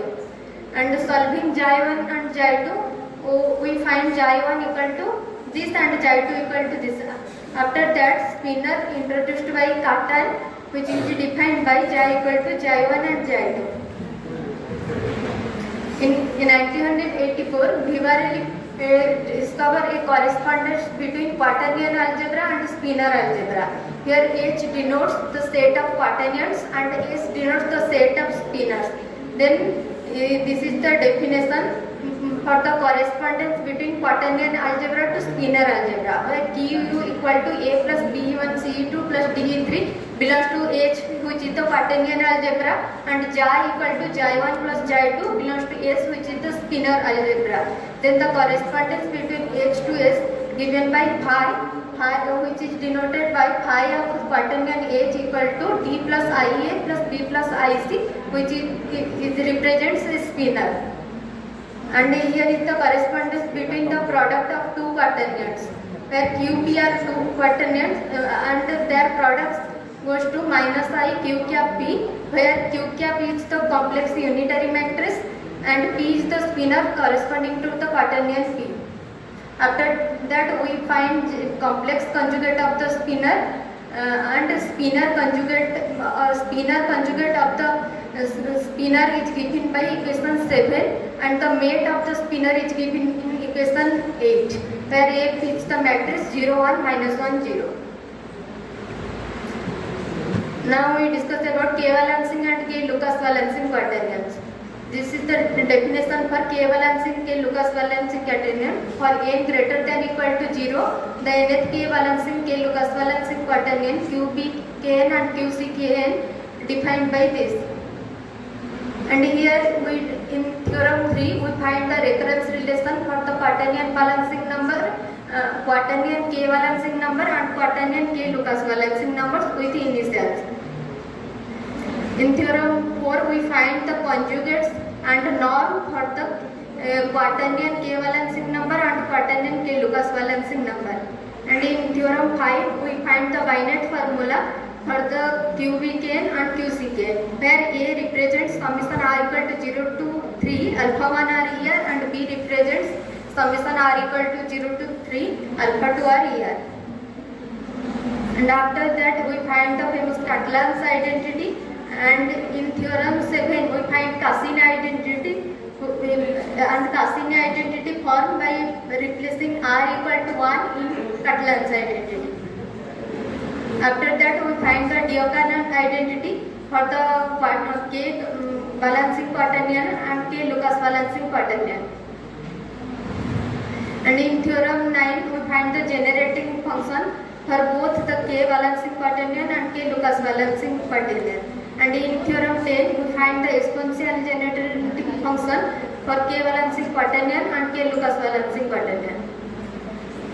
And here we find in theorem 11 and 12 we find the partial sum for K balancing quaternion and K Lucas balancing quaternion. And here we give the matrix representation for the K balancing quaternion, where Mn is the nth matrix for the quaternion and M0 is the initial matrix, and Fk equal to 6k minus 1, 1, 0, and then Mn equal to Fk power n M0, where Qkn represents quaternion balancing K number and quaternion balancing Lucas balancing number. And this is the tridiagonal matrix representation for the K balancing quaternion, where determinant of Tk equal to Qkn plus 1, which is the n plus 1 balancing number. And now we give some idea about K balancing, K Lucas balancing spinner. Here psi1 represents the correspondence between balancing quaternion to spinner, and psi2 represents the correspondence between K Lucas balancing number to spinner. And here we give the definition of K balancing spinner and K Lucas balancing spinner. And here we find the conjugate, spinner conjugate and mate for the spinners. And theorem 15, in theorem 15 we find the binary time formula, and in theorem 16 we give the negative representation for the balancing spinner and K Lucas balancing spinner. After that we find these identities, and here we find the generating function, and this is the matrix representation, and this is the tridiagonal matrix representation for this balancing spinner. These are my references. Thank you.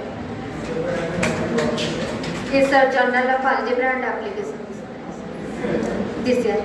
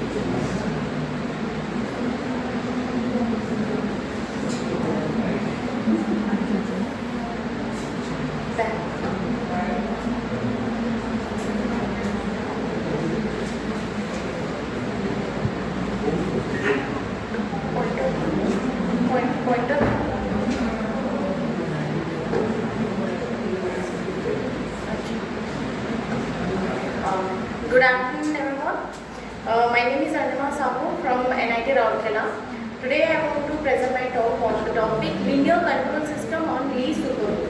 So one of the most profound applications of Lie algebra and Lie supergroup lies in the control theory. So let me begin with some brief introduction to control theory.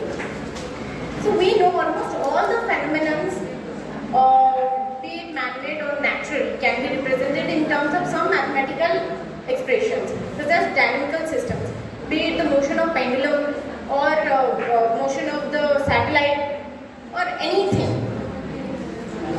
So control theory basically deals with the dynamical system where the input is manipulated to get some desired output. For example, we see this. See the left-hand dynamical system dx by dt equal to minus 2x with some initial point x0 equal to 3. So the solution is simply x equal to 3 e to the power minus 2t and the trajectory is given like this. So see the trajectory. Can you say that is there any possibility that this trajectory will curve the x-axis at some time? Since the solution is e to the power minus 2t, so there is no case that for any t we can get a point where the trajectory will curve the x-axis, correct? So now see the right hand side dynamical system where we have this sin t term. This is the extra term, and the solution, the trajectory of the solution is something like this. So we see that there are many points where the trajectory curves the x-axis, and that is the problem of controllability. Okay, what does that say? That there are 4 types of main problems in control theory, and the first one is the controllability, which says that can we transfer the initial state of the system to some desired state. Okay, so here see, we have this initial state 0, 3, we have this trajectory. Can we put some control function which we put this as sin t, so that we can get some points which on the x-axis. Okay, so that is the problem of controllability. Next, there are 3 different types of problems apart from controllability. One is observability. What does mean by observability? Now, seeing some output, can we observe what is the initial state of that system? For example, today you are observing the positioning of some satellite or some extraterrestrial body. So can you predict that before 2 years or before 200 years, what would be the position? What would be the exact position? If yes, then that system is observable. The third type of problem is stabilizability. So when we study the dynamical system, first we find the equilibrium point, and then we check if that equilibrium point is stable or unstable, etc. So if we have some unstable type of equilibrium point, can we make that a stable one? So that is the type of third problem. And the fourth and foremost, the most important one is the optimal control problem, where we minimize or maximize the cost functions. For example, we are trying to send some satellite to the orbit. So how can we minimize the fuel, or how can we minimize the time? So that is the optimal control problem. Next, basically here we will deal with this controllability type of problem. Sorry. So, in usual case, the linear control system looks like something this: dx by dt equal to ax plus bu with some initial condition.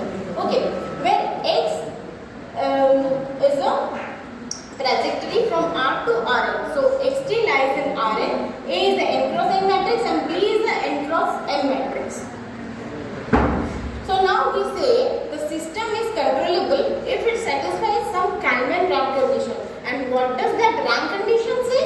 Now, so this B is the n cross m matrix, AB will be some n cross n matrix, and if we write it like up to this, we will get a huge matrix, and if that rank is n, which is the dimension of the state space Rn, then we say that system is controllable.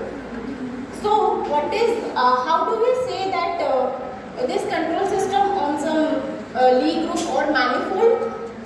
Here the state space is Rn. So Rn is itself a manifold and also a Lie group. So if we change how these conditions change, that is our purpose. And moreover, we will change this Rn to some Lie supergroup, not Lie group but some Lie supergroup. So what is the motivation of studying some dynamical system in a random Lie supergroup? Because we see control theory, okay, I have done this. I can take this. So what if the state space of a system becomes a superspace, or in general a Lie supergroup, or in general this is super manifold. So this kind of study on a superspace has already been done by us, which is a published one, and now we are dealing with the system space where the state space is the Lie supergroup. So why do we need such kind of dynamical system? Because with the development of supersymmetry, we treat both bosons and fermions in a unified manner. Bosons are commutative and fermions are anti-commutative particles. So for this, we need some graded structure. The usual Lie group or usual manifold structure doesn't work here. We need some graded structures, for which we already have some development of supermanifold theory by a lot of researchers, and we have fermionic extension of different well-known dynamical systems such as Schrodinger equations, KdV equation, and etc. So this motivates us to study the dynamical system, which contains both bosonic and fermionic variables.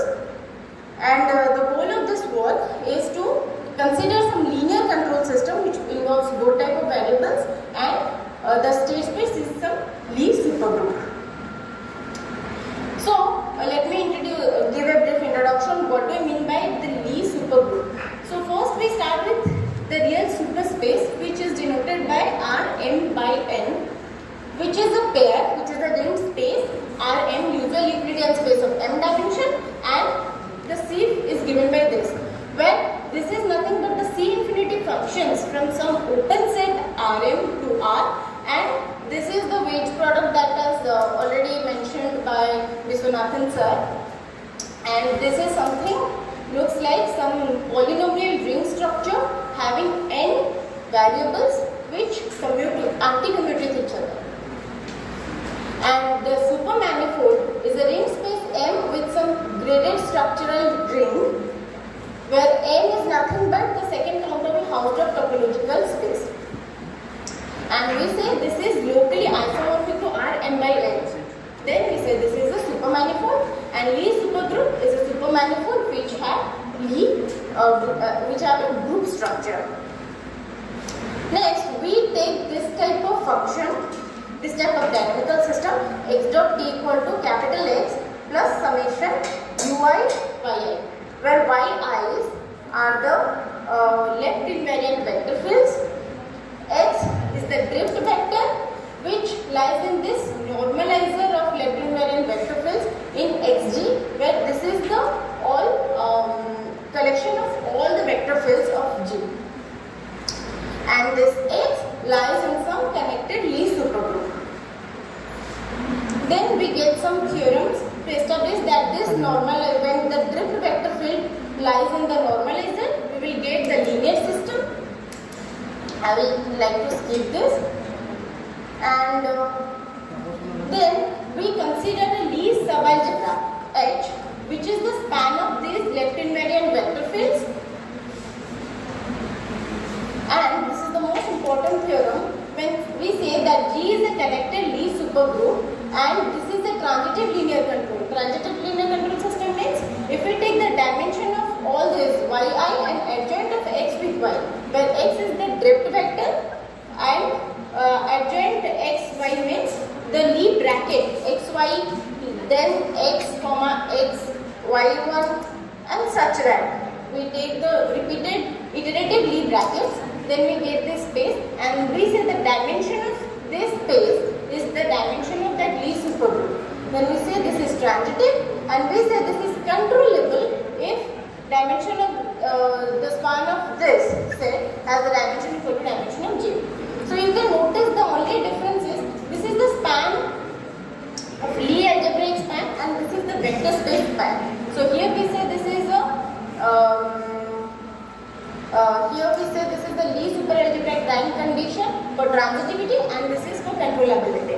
And the most important theorem is G is the connected Lie supergroup and is a transitive linear system.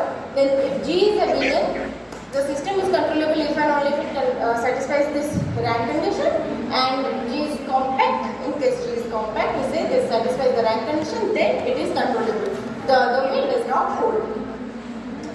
And some future scopes are to study nonlinear type of system and other types of canonical system in the superspace. And these are some references. Thank you.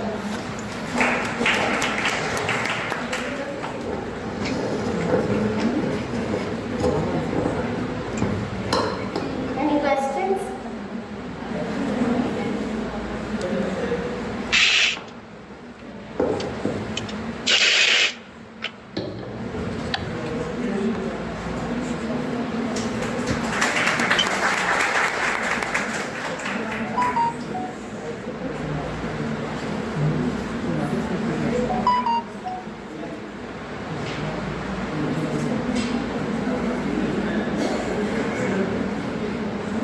Hello, good evening to all. If my voice is audible, I am Nitin Sharma. Hello.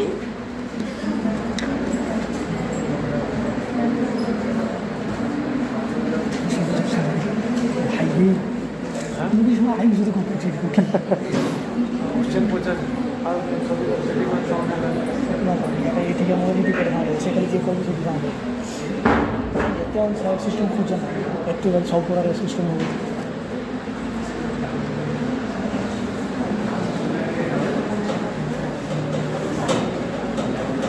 पढ़ो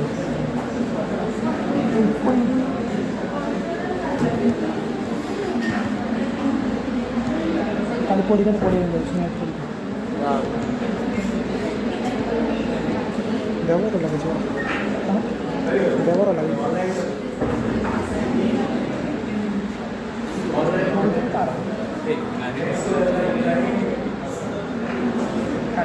लगे पड़ी जाए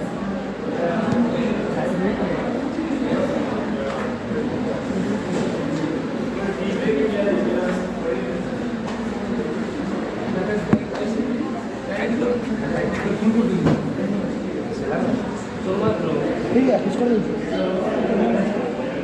programme ठीक है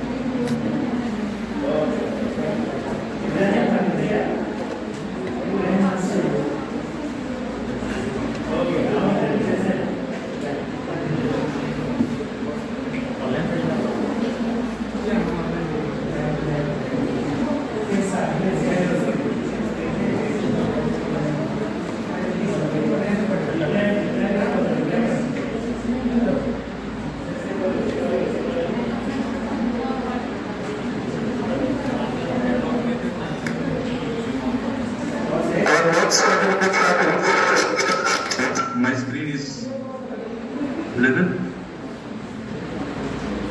Hello, sir.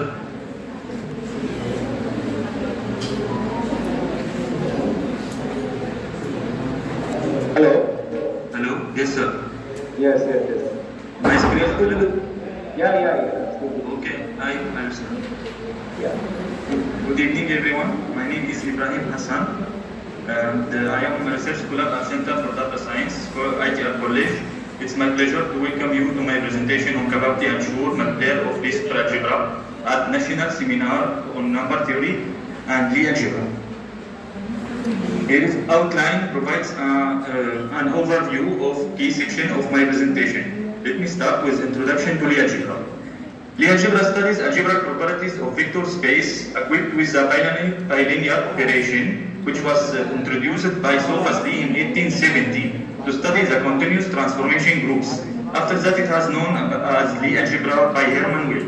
Lie algebra have applications in areas such as differential geometry, quantum mechanics, and representation theory, where Lie algebra provides a powerful framework to study the continuous symmetries in mathematics and physics.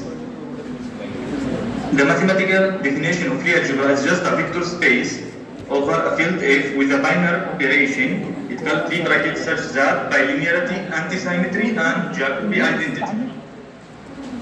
One of the most common examples of Lie algebra is the set of all n cross n matrix where the commutator here is defined by a comma b equal to a multiply b, the matrix a multiply b, minus b multiply a. A very important concept in Lie algebra is capability of pair of Lie algebra. First things, by pair of Lie algebra we mean Lie algebra G with an ideal I of G. Actually, the capability and Schur multiplier of pair of Lie algebra have been studied by Johari, Bravisi, and Neumann, where they classify the capability of pair of Lie algebra. To show the definition of Schur multiplier, we start with a free presentation 0 R F G for Lie algebra G, and if I is an ideal of G such that I isomorphism to the quotient Lie algebra S by R for some ideal S of F, then the Schur multiplier of the pair Gi is isomorphism to the quotient Lie algebra R intersection Fs by Fr. Also, the pair Gi is called capably when there exists a relative central extension beta from n to G such that the kernel of beta equal to the central of G related to n. Now for Lie superalgebra, actually Lie superalgebra is just a generalization of Lie algebra, where here we can see is just a subspace instead of vector space, which is just a direct summation of two sub-vector space L0 bar, L1 bar, with a bilinear mapping L cross L into L such that Z2 grading and graded skew symmetry and graded Jacobi identity. The dimension of Lie superalgebra L is denoted by n mid n, where the natural number n refers to the dimension of the even part L0 bar, and n refers to the dimension of the odd part L1 bar. So here we have direct summation of two sub-vector space. We can observe also when the even odd part L1 bar is 0, we have just a Lie algebra. So all Lie algebra are Lie superalgebra with the odd part equal to 0. But in general, a Lie superalgebra is not Lie algebra.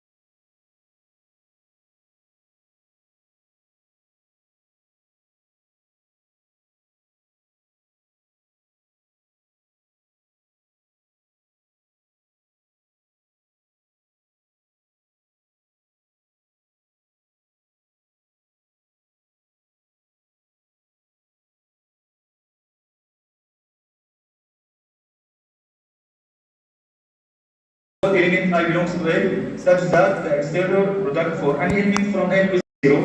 If this set is equal to 0, then the pair Li is capable. Now, our main goal to detect the capability of all pair of abelian and Heisenberg-Lie superalgebra. First, we start with Heisenberg-Lie superalgebra, and we discuss the small dimension when n equal to 1 and n equal to 0. When n equal to 1 and n equal to 0, we have the pair of Heisenberg-Lie superalgebra with event center and out center. Both of them are capable. After that, when n plus n greater than 2, here we have the things will going to be more difficult because the ideal I maybe will be abelian, maybe will be non-abelian. When I is non-abelian ideal of Heisenberg-Lie superalgebra, then the ideal I means it is just a direct summation of Heisenberg-Lie superalgebra, some Heisenberg-Lie superalgebra and abelian-Lie superalgebra. Sometimes abelian-Lie superalgebra will be 0, so that I is just Heisenberg-Lie superalgebra, and some other time the Heisenberg-Lie superalgebra part will be 0, so the ideal I will be abelian. Now we start when I is not abelian, so maybe I will be Heisenberg-Lie superalgebra or direct summation of Heisenberg-Lie superalgebra and some abelian-Lie superalgebra. In that case, when n plus n greater than 2, we find that the pair H in I is not capably when I is non-abelian. Also for Heisenberg-Lie superalgebra Hn with all center I is not capably when I is non-abelian graded ideal. Last case when I is abelian. In this case also we find for the pair Hn in I is not capably when the dimension of I kh where kh greater than 2.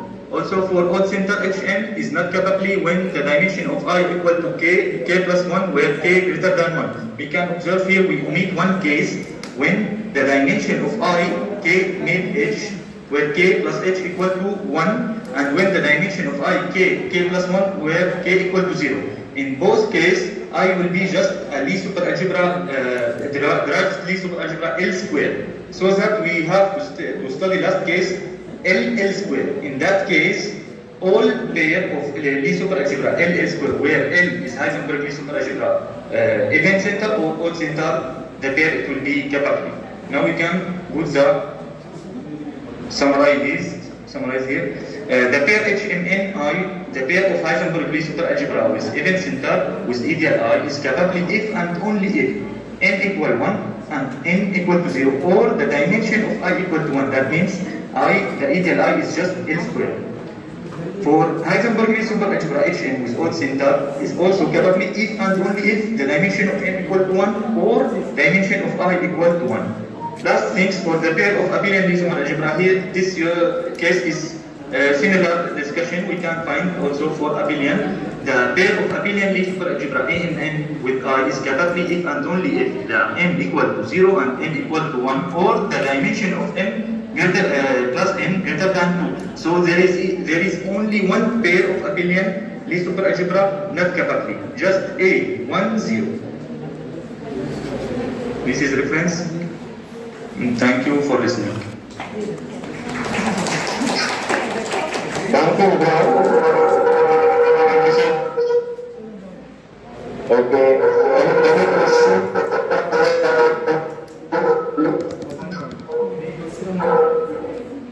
Any questions from the audience, please? There is no question, right? Thank you so much. Thank you, sir. Now you are in India or in Afghanistan? No, in India. Actually, I am not from Afghanistan. Oh, English. Oh, sorry, sorry. Oh, right. Oh, Middle East area. Okay. Thank you so much for tuning in. Thank you. Okay.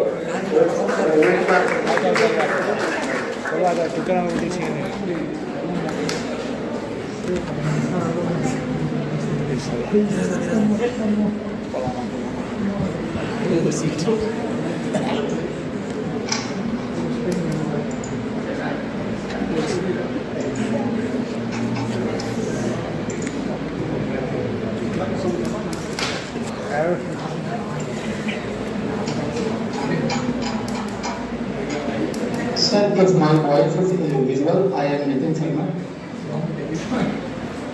Hello. if my voice is audible.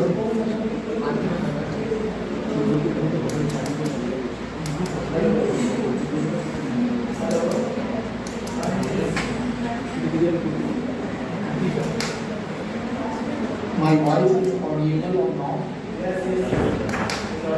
It is audible.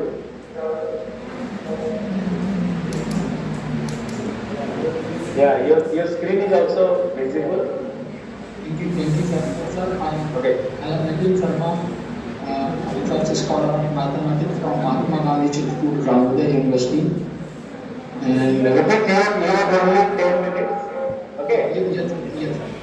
Please take a picture. Yes, and the title of my research is the type 5 cosmological model in the presence of bulk viscous fluid based on Lagrange geometry in FRT theory of gravity. Sir, in this paper, I need to investigate the exact solution of the type 5 cosmological model in the framework of FRT theory, where FRT equal to R plus 2 FT. FT taking lambda. Lambda is a constant. In this study, sir, we construct different set of Einstein field equations that solve with the help of different parameters, and such parameters, physical and the geometrical behavior of such models have been discussed. And my this paper related to explain the expansion or construction related to the universe. Keywords: the archetype, declaration, and introduction. In this paper, I first of all FRT gravitational Lagrangian is a arbitrary function of Ricci scalar R and the breadth of energy momentum tensor T. In this theory, FRT is taken R plus 2. And the type 5 is a cosmological model. It is homogeneous but anisotropic cosmological model. It allows for spatial curvature and inhomogeneity. By studying the type 5 cosmological model, we can explore the impact of modified gravity on early universe. The objective of my research is first to study the type 5 cosmological model in the reference of FRT theory of gravity. Second, to find the exact solution of corresponding field equation with the recent observation related to the expansion of the universe.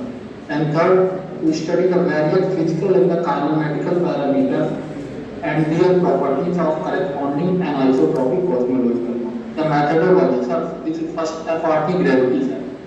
The action for FRT gravity is given by this equation, where R is a Ricci scalar, E is stress of energy momentum tensor, Lm is metal Lagrange. And the field equation for FRT gravity is given by this equation, where Fr equal to partial differentiation FRT with related to phi, Ricci scalar. And FRT, there are four signum functions. This FRT is a signum function related to R and FT in three ways. For this theory, the Bianchi type 5 cosmological Bianchi type 5 metric tensor is ds square minus dt square a square dx square b square like this, where a, b and c are metric coefficient and the function of cosmic time is arbitrary constant. For this solution, we have taken FRT equal to R plus 2 lambda. Lambda is a constant. So this field equation convert in this form.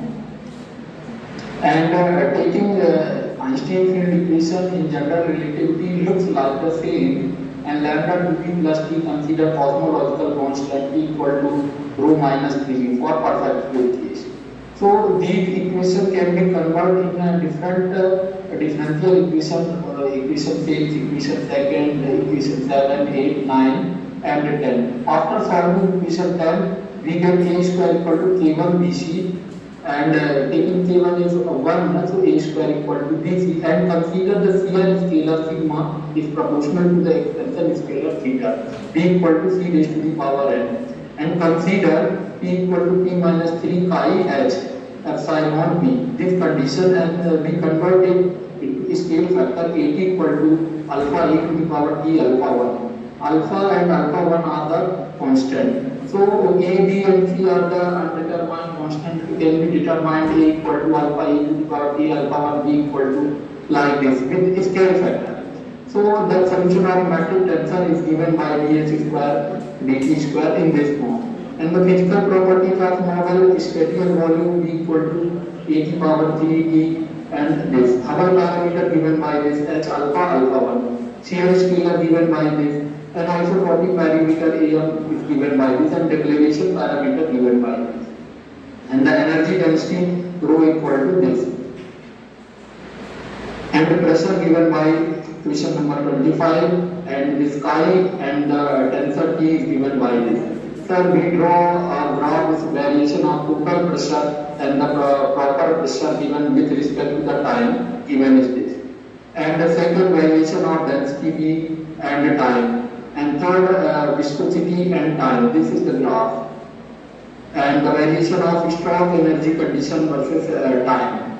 So the conclusion of my study is a completely spatial homogeneous and isotropic geometry is first.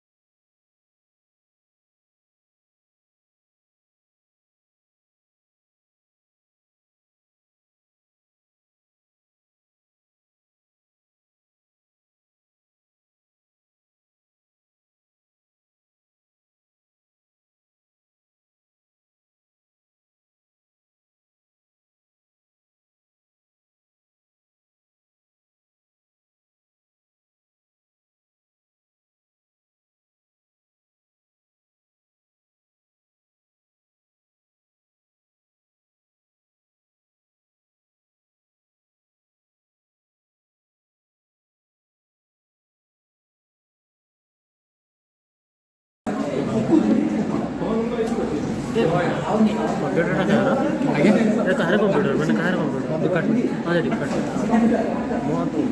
मुझे जी मैंने speakers मैंने slide ଯଦି permission ନେଇ ମୋତେ ମିଳିପାରିବ କି pain ଡ୍ରାଇଭ୍ରେ ଯଦି ମୁଁ ପରମିସନ୍ ନେଇଯିବି ସାର୍ ମ୍ୟାଡ଼ାମ୍ ମାନେ ସ୍ଲାଇଡ୍ସ ସାର୍ କହିଲେ ସାର୍ ଦେଇଦେବେ ହଁ କନଭେନର ସାର୍ଙ୍କୁ କହିଦେବି ତ ଯାହା ହଁ କନଭେନର ସାର୍ଙ୍କୁ ପଚାରିଲେ ଆଚ୍ଛା ଠିକ୍ ଅଛି।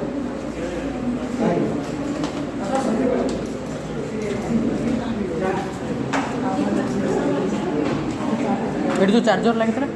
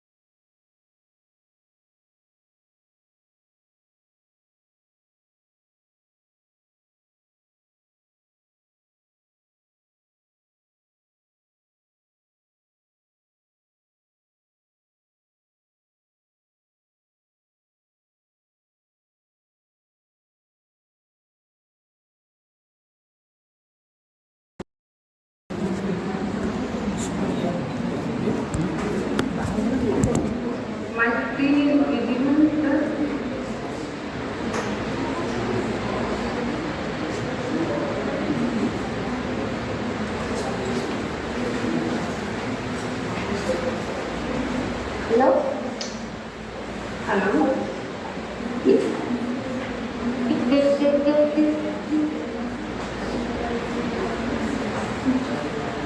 Hello.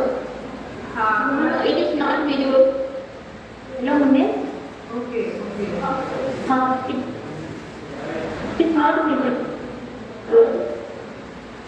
Now? Yes,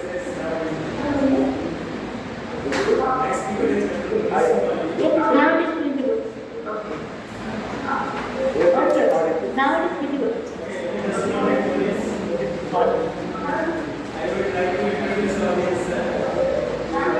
Okay, just 1 minute, please.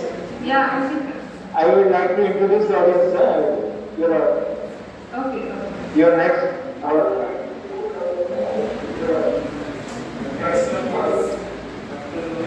the next talk is Dr. Munish Kumari from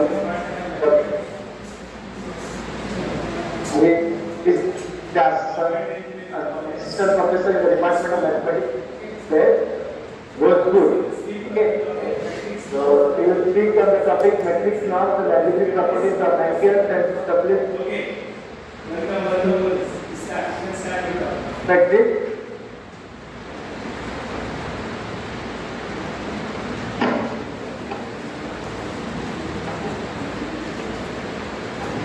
Hello. Sir, your voice is not coming. Am I audible, sir? But you can. Yeah, you can audible. Okay. Yes. You can start. Yeah. Yeah, you can start. A very good evening to all of you. Myself, Dr. Munish Kumari, working as an assistant professor at JC Bhojpur. So, today's talk is on the topic matrix norms and algebraic properties of Hankel and Topliss matrices with Mercy number. So, in this talk, I will share some matrix norms and algebraic properties which we are calculating for Hankel and Topliss matrices with recursive sequences, Mercy and Mercy-Lucas numbers.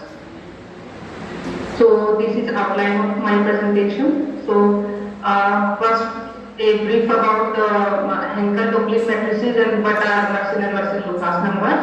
And then we will calculate different matrix norms on these matrices. And after that, we will also show some properties like trace, determinant, characteristic polynomials, etc. about these matrices, followed by conclusion and preferences.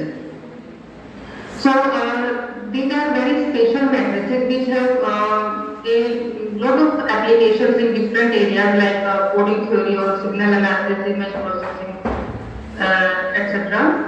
And if we study these matrices with recursive sequences, then they become of very great interest because they have many applications in different areas, and a lot of work has been done on these special matrices with recursive sequences like a very famous recursive sequence Fibonacci, Lucas, Jacobson's, Pell, Lucas, etc. And there are some research which I have cited here, which have been done in this direction. So basically, Topliss and Hankel matrices are defined for an integer sequence, like P and P sequence. Then we can define a Topliss matrix with this sequence as if we talk about IGF entry of this Topliss matrix, that is given by I minus jth term of the sequence Pn. And if we talk about Hankel matrix, then its IGF entry is given by I plus j minus 2th term of Hn sequence. Okay, so we can define Topliss and Hankel matrices like this, where Tn and Hn are two infinite sequences. So basically, in my talk, I have studied these two matrices as entries coming from Mercy and Mercy-Lucas numbers. So here we are considering two infinite sequences, Mercy and Mercy-Lucas. And we will calculate different norms on these matrices like maximum absolute column sum and row sum, which is given in equation 1. And next is Euclidean norm and spectral norm, which is given in equation 2. And with the help of these calculated norms, we will also show some inequalities for these two norms, which is given in equation 3. And equation 4 is used in the proof of this inequality given in equation 3. Okay, so Mercian sequence is defined by a recurrence relation where nth term is given by 3 times n minus 1th term minus 2 times n minus 2th term, and starting with 0 and 1. And Mercian-Lucas, or we also call it Fermat sequence. This is given by same recurrence relation but with different initial values, which is 2 and 3. And we also represent these two sequences with the Binet formula, which is given in equation 7. Here alpha 1 is equal to 2 and alpha 2 is equal to 1. And here are some generalization of these Mercian sequences which has been done recently. Okay, so there are some finite sum properties which we will use in the proof of calculating norms for these matrices. So equation 8 and 9 tells about the finite sum of squared Mercian and Fermat numbers. And equation 10 and 11 shows finite sum of squared Mercian and Fermat numbers but with negative indices. And equation 12 and 13 shows the sum formula for Mercian and Fermat numbers with arithmetic indices. Okay, now here we will find Mercian-Henkel and Fermat-Henkel matrices, where we have taken entries from Mercian and Mercian-Lucas numbers or Fermat numbers as entries. So now we will calculate the different type of norms on these two matrices. Okay, so first we calculate maximum absolute column and bosom for these matrices. So which is called one norm also. And here we can see that norm 1 and norm infinity are equal for these two matrices if we calculate, because this is sum of maximum of all the sum of all columns and maximum of sum of all the rows. The hint of this proof is just we have to use the summation formula which we have just shown earlier in the slides. Now here we give upper bounds and lower bounds for these matrices, and these upper bounds for the spectral norm. Okay, so as we have defined the spectral norm in the previous slides, with the help of that we calculate the spectral norm for these two matrices, and proof of this includes the summation formulas which we also shown in previously slides. So here we calculate scale of this spectral norm, which is calculated, and now with the help of this identity equality, we calculate the lower bound for this Mercian-Henkel matrix. And for upper bound of the Mercian-Henkel matrix, we use the formula which we have given in equation 4 in first or second slide, I think. So here we split this Mercian-Henkel matrix in the Hadamard product of two matrices. So here we call it X and Y, and we split it like Hadamard product of these two matrices will be MHM, Mercian-Henkel matrix. And now we calculate 2x, which is for the matrix X, and mu Y, which is for matrix Y. And with the help of that identity, we calculate upper bound for this Mercian-Henkel matrix. So on combining these two, we found lower and upper bound for this Mercian-Henkel matrix. And here this is the Euclidean norm for this Fermat-Henkel matrix, because here we have calculated Euclidean norm, and after that we have given bounds for these two matrices. Okay, so for this we have first calculated Euclidean norm for RHN, and after that we have used in first inequality means in the lower bound we have used RHN Euclidean norm, and for the upper bound we have used Hadamard product as we have calculated in our previous slide. Now here we are defining Mersin-Topliss and Fermat-Topliss matrix. Here the entries are like I plus j minus 2f from we have defined in first slide. So now after defining these matrices, we have calculated norm 1 and norm infinity. So likewise in Mersin-Henkel and Fermat-Henkel matrices, here also in these Topliss matrices, norm 1 and norm infinity are equal. And as we have done in Mersin-Henkel and Fermat-Henkel matrices, we here also calculate ladder norm, and after that we give upper and lower norm for these two matrices. And the procedure, or you can say proof of these theorems are the same as we have discussed in earlier slides, so I am just skipping that. Okay, now the very interesting properties of these two matrices are that the rank of these two matrices is 2 always. If we take n 2, 3 or 4 or like anything, always the rank remains 2. Means we can say that 0 is an eigenvalue of these two matrices with algebraic multiplicity n minus 2, and other two eigenvalues are non-zero. And also here we have calculated determinant for these two matrices, Henkel and Topliss matrices with Mersin and Fermat numbers. So we can see that if n is greater than or equal to 3, then this determinant is 0 in all these matrices. And for Mersin-Henkel and Fermat-Henkel, this is minus 1 and 1 for n equal to 2, and half and minus half for Topliss matrices. So for n greater than or equal to 3, these matrices are singular matrices.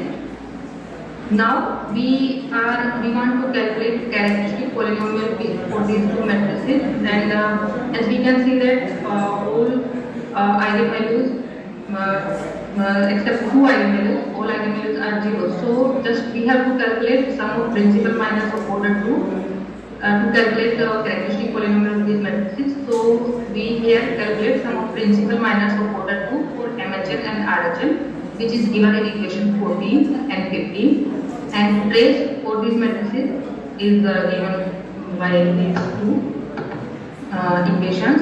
Now with the help of these two, we can calculate characteristic polynomial for these two matrices, because here if we apply the formula t to the power n minus trace of that matrix into t to the power n minus 1 plus traceable of order 2 into t to the power n minus 2, plus if we calculate principal of order minus of order 3, 4 and 5, these will be 0. So we can stop here, and this will be characteristic polynomial for these two matrices. And with the help of that, we can also calculate eigenvalues of these two matrices, because we can take common t to the power n minus 2, and then we will left with the second order equation, and we can solve this in the form of Mersin and Fermat numbers. And likewise, we calculate the characteristic polynomial for Topliss matrices, as there also we have 0 as eigenvalue with the algebraic multiplicity n minus 2, and with the help of this we can calculate characteristic polynomial. So here characteristic polynomial for Mersin-Topliss and Fermat-Topliss is something like this: t to the power n plus 2 to the power n plus 1 plus 2 to the power 1 minus n square minus 4 to the power n minus 2. Because here trace is 0 in case of Mersin-Topliss matrix. Okay. So now we also calculate eigenvalues with the help of these characteristic polynomials by solving 2-degree polynomial equation in this case. Okay, so in this talk we define Mersin, Henkel and Topliss matrices with the entries from Mersin and Fermat numbers. Then we calculated some finite sum formulas which is useful in calculating different type of norms.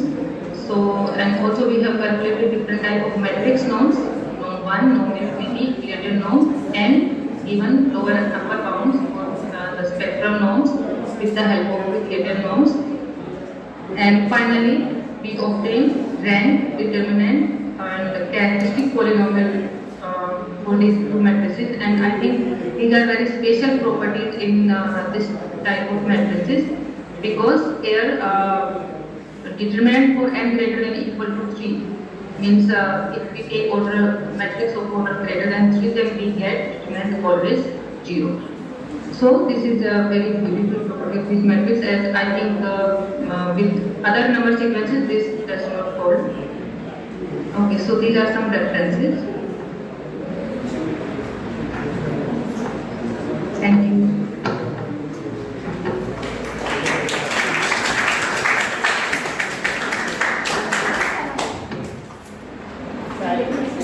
Thank you, Manish. Any questions from? Any questions? Thank you, Manish, for your presentation. Thank you so much for giving me this opportunity to present my work with all of you. Okay, Manish, thank you. Yeah, thank you so much. Okay. See you. Thank you so much.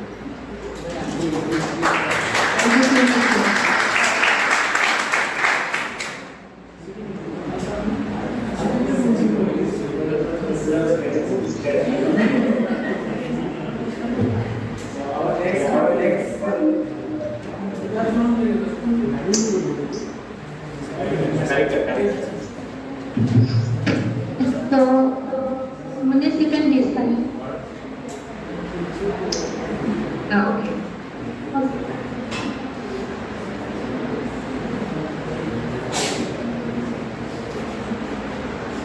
So next presentation given by Kalika. P. Kalika. Hello. Kalika, can you hear me? Yes, I think I am audible. Okay, you are also audible. And you can start your presentation. I will share my lesson.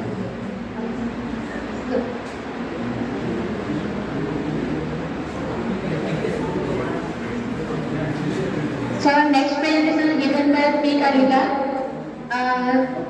Dr. P. Kalika, and he is assistant professor at Government Engineering College, Joy.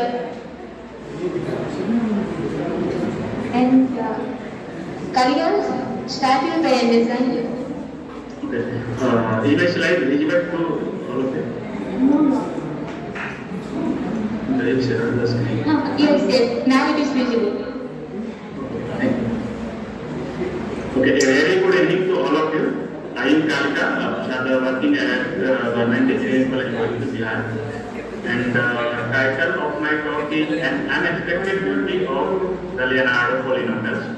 So, what we have done, that I will try to convey within 10 minutes. So, in this talk, we have. Yes, sir. Yes, you are audible, but sharing in full screen. Share the screen. Yeah, you share the screen, but not in full screen. Okay, now it is now it is in a full screen mode? Yes. So in this work, we have proposed a polynomial. We have some extraordinary property other than recursive polynomials. In literature, there are many recursive polynomials like cumulative polynomials, one of the famous polynomial aspect, and then there is a Bell polynomial, Laplace polynomial, Jacobson polynomial. So many recursive polynomials are there. So why we need this polynomial? Okay, so we try to answer some of the questions and also try to put some open problem where interested person can work. So for this presentation, my talk will be around the what is its property, what is direct relation, what is its relation with the other known polynomial sequences, and any other unexpected behavior of this polynomial. Okay, I am skipping the step and starting with the history. So there is a history of Leonardo numbers in literature. in 1981, a work was proposed by E.W. Discussioner where they discussed about the Leonardo numbers and the Fibonacci numbers. And they used these numbers as a Leonardo numbers, or they mentioned these numbers as a Leonardo numbers. Okay? If you observe then its first number is first term is 1, second term is 1, third term is 3, okay? And so on. So this work was just used in 1981, and then after there was no use of this work. Recently, in 2019, Katrina and Vargas studied a recurrence relation for these terms. These numbers are already in literature, but there was no any recurrence relation for these numbers. So after studying a recurrence relation for these numbers, this term means these numbers, Leonardo numbers, emerges as one of the interesting number sequence in number theory. Nowadays, a lot of works are going on Leonardo numbers. So, what was the recurrence relation? Recurrence relation was this. This is the recurrence relation which was studied by Katrina and Prof. If you closely observe, then this is the just sum of previous two terms and then plus 1. Where initial value is 1 and 1. Means first term is 1 and second term is also 1. And once we propose a recurrence relation, there is a requirement of a Binet formula. Binet formula is a formula by using which we can derive any terms of the sequence. Suppose we want to obtain the second term or third term or nth term, then by putting the value of the n in this formula, we can directly obtain the term of the sequence. Here, if you talk about the generalization or some further work in this context, so after studying a recurrence relation, there is one generalized work proposed in literature in 2022, where they are done, they just replace the fixed number with the variable and say that this is the generalized Leonardo numbers. This is we put k equal to 1, this is the classical Leonardo numbers which was proposed in 1921, and for other equations, other sequences. So it is one kind of generalization for the Leonardo numbers. There is one another generalization which is known as the Leonardo numbers and Leonardo numbers. So basically, if you talk about the Leonardo number, then it is a particular case of the Leonardo polynomials. If you talk about the Fibonacci numbers, okay, so one of the generalizations of Fibonacci number is K Fibonacci numbers. Okay. One of the generalizations of Fibonacci number is K Fibonacci numbers.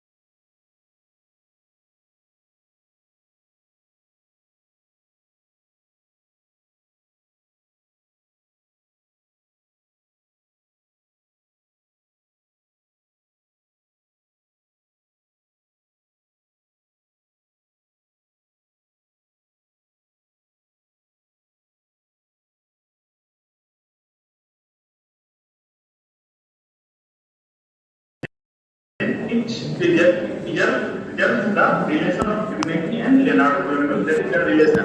Which relation is that if you times in the Fibonacci term and then substitute one, then it gives the Leonardo number. So it can be by extending this relation, we got this recurrence relation, and since it is you may observe that this is a single term and this is the term of recurrence relation. So it is a non-homogeneous recurrence relation for the Leonardo polynomial. Okay. So since it is a non-homogeneous, so again we will discuss about what should be its homogeneous recurrence relation. So in terms of homogeneous, this one is the recurrence relation for Leonardo polynomial. That initial value is 1, 2x minus 1, 2x square plus 1. It is different from the already existing polynomials or discussion on the Leonardo polynomials. So it is different, a little bit different from that one, but it preserves the relation of the Leonardo and Fibonacci relation. Okay. And I discussed that since it is a polynomial sequence, so again we are discussing about the Wiener type formula for this sequence. And for this we have developed this one after doing a lot of calculation, we got that this is its Wiener type formula. And if we do a little bit substitution, then we observe that we get this upon with this, and under root x square plus 4 by under root x square plus 4 gives minus 1. So we get this thing. And if you observe, then on comparing with the Fibonacci, here look at, on comparing with the Fibonacci polynomials, we have this Wiener type formula and substitute n equal to n plus 1. Then it will be alpha to the power n plus 1, beta to the power n plus 1, and there is no any other term of n. So here, look at it is alpha to the power n plus 1 minus beta to the power n plus 1 and this thing. So this is basically a n plus 1th term of the Fibonacci polynomial. Okay, so we may say that UNX is related in this manner with the Fibonacci polynomial. So once we know the Fibonacci polynomial, we can directly calculate in this formula the nth term of the Leonardo polynomials. This is nothing special, but since this polynomial has many beautiful properties, so we can say that of course this is the some interesting relation with the Fibonacci polynomial. Here, since we list this relation. Okay, so after this relation, if someone is working on a Fibonacci polynomial or any recursive polynomial, then you will observe that there are more than 10,000 papers on the Fibonacci numbers and polynomials. Okay, discussing mainly some are discussing about their binomial aspects, some are discussing their application in some other branches. So we once we know these properties, then by applying this result, we can derive many properties of the Leonardo polynomials. And it opens a new area for further investigation and research. So, by in this context, it is also one of the important factors for this Leonardo polynomial. Okay, this one is called expression. That is explicit expression. If you run R from 0 to greatest integer n by 2, then it gives the Leonardo polynomials which we discussed earlier. In some sense, Wiener type formula is important. In some sense, explicit expression is important, and this formula you derive any identity or try to prove any kind of identity. Next result we have discussed that so even in that Leonardo polynomials are even function with odd index are not odd, but they are almost, you can say that it is almost odd, not odd function but almost odd function. Okay. Next we are going to discuss about the irreducibility. Before that we have discussed that if there is any Leonardo polynomial, for simplicity we use that let Unix barabar this, Unix is equal to n and we can have form, then it is x equal to 1, then it gives the sum of the coefficients of this polynomial and it is the nth term of the Leonardo numbers. So basically sum of the coefficients of Leonardo polynomials is the nth term of the Leonardo numbers. This is one another property.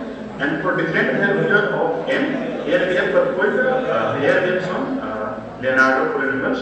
And if you look here, then you may observe that the last term, that is a constant term, all are either plus 1 or minus 1. And if you observe about the coefficient of higher order, then all the terms are multiple of 2. Okay? And if you observe about the in between term, okay? If you look on these terms, then all these numbers are even numbers.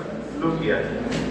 All the terms, all the coefficients this side are even numbers. So we will think about the irreducibility of this polynomial. Okay, and since all the numbers are multiple of 2, that is even number, that is all coefficients are multiple of 2 except constant. So we will think about the consistent criteria with the prime p is equal to 2. Okay. So in next theorem we have discussed about the irreducibility. Before that we try to present the generalized form in a particular form of this type of polynomial. If you look here, then observe that n is 2. Then there is no odd power of x in this polynomial. If you select 4, then there is power over 2. If you select 6, then power is 6 over 2. So there is difference of 2, and if subscript is n, then power is if subscript is even number, then power is even number, and subscript is odd, then power is odd. So we may talk about the generalized form of this kind of polynomial. So in next year, it is shown that if n is even, then this polynomial looks like this, and if n is odd, that is the subscript is odd, then it gives like this. The big two are polynomial form of generalized form of Leonardo polynomials. And here in next theorem we discuss about the nth power of the roots of the characteristic roots, characteristic equation corresponding to the recurrence relation. So in literature there are, if you try to prove some identity, then we require some powers of roots of given recurrence relation. So here if you talk about alpha, which is the first root, and beta is the second order roots of second order recurrence relation corresponding. So this nth and plus 1 power gives this recurrence relation. A similar work has been already done for the Fibonacci polynomials. So with the results over some similar kind of property similar to the Fibonacci polynomial. And in context of Lucas polynomials, here Ln is the Lucas polynomial. So if you take odd sum terms, sum of odd terms here even, and means this is first term, this is second term, this is third term, this is fourth term, and this is third term. So just take alternate sum. Alternate sum is this sum or this sum or this sum. Okay. So if you take alternate sum, so for Lucas, so Fibonacci polynomials, it gives Lucas polynomials, but for Leonardo polynomials, it gives 2 times Lucas polynomials minus 2. Okay. So again, there is a similar property equivalent to the Fibonacci polynomials. And here we have proved some results relation with the Fibonacci and Lucas polynomials. Here you see the nth Leonardo polynomials. In context of sum of Fibonacci and Lucas polynomials will be written like this. In other sense, it can be also written like this. So here we have obtained some relation with the Leonardo polynomials and Fibonacci and Lucas polynomials, which is a recurrence relation. So now we are coming to the irreducibility. So I think everyone have a little bit idea about the consistent criteria. We say that if we have a polynomial of kind this, and where higher coefficient of higher power is non-zero, and if there exists a prime p such that this p divides all the coefficients except constant, except a0, and if p square does not divide this higher coefficient of higher terms, then we say that if this kind of activity happens, then we say that this G is irreducible over Q. Okay? So by doing this property, we prove that Leonardo polynomials are irreducible over Q. This is one of the strong results for this polynomial. We know that one of the class of irreducible polynomial is the cyclotomic polynomials. Okay? So maybe some of you know that cyclotomic polynomials have many beautiful applications in cryptography, coding theory, and some other areas due to its irreducibility. So here we try to prove that this is one of the Leonardo polynomials is irreducible over Q. Okay.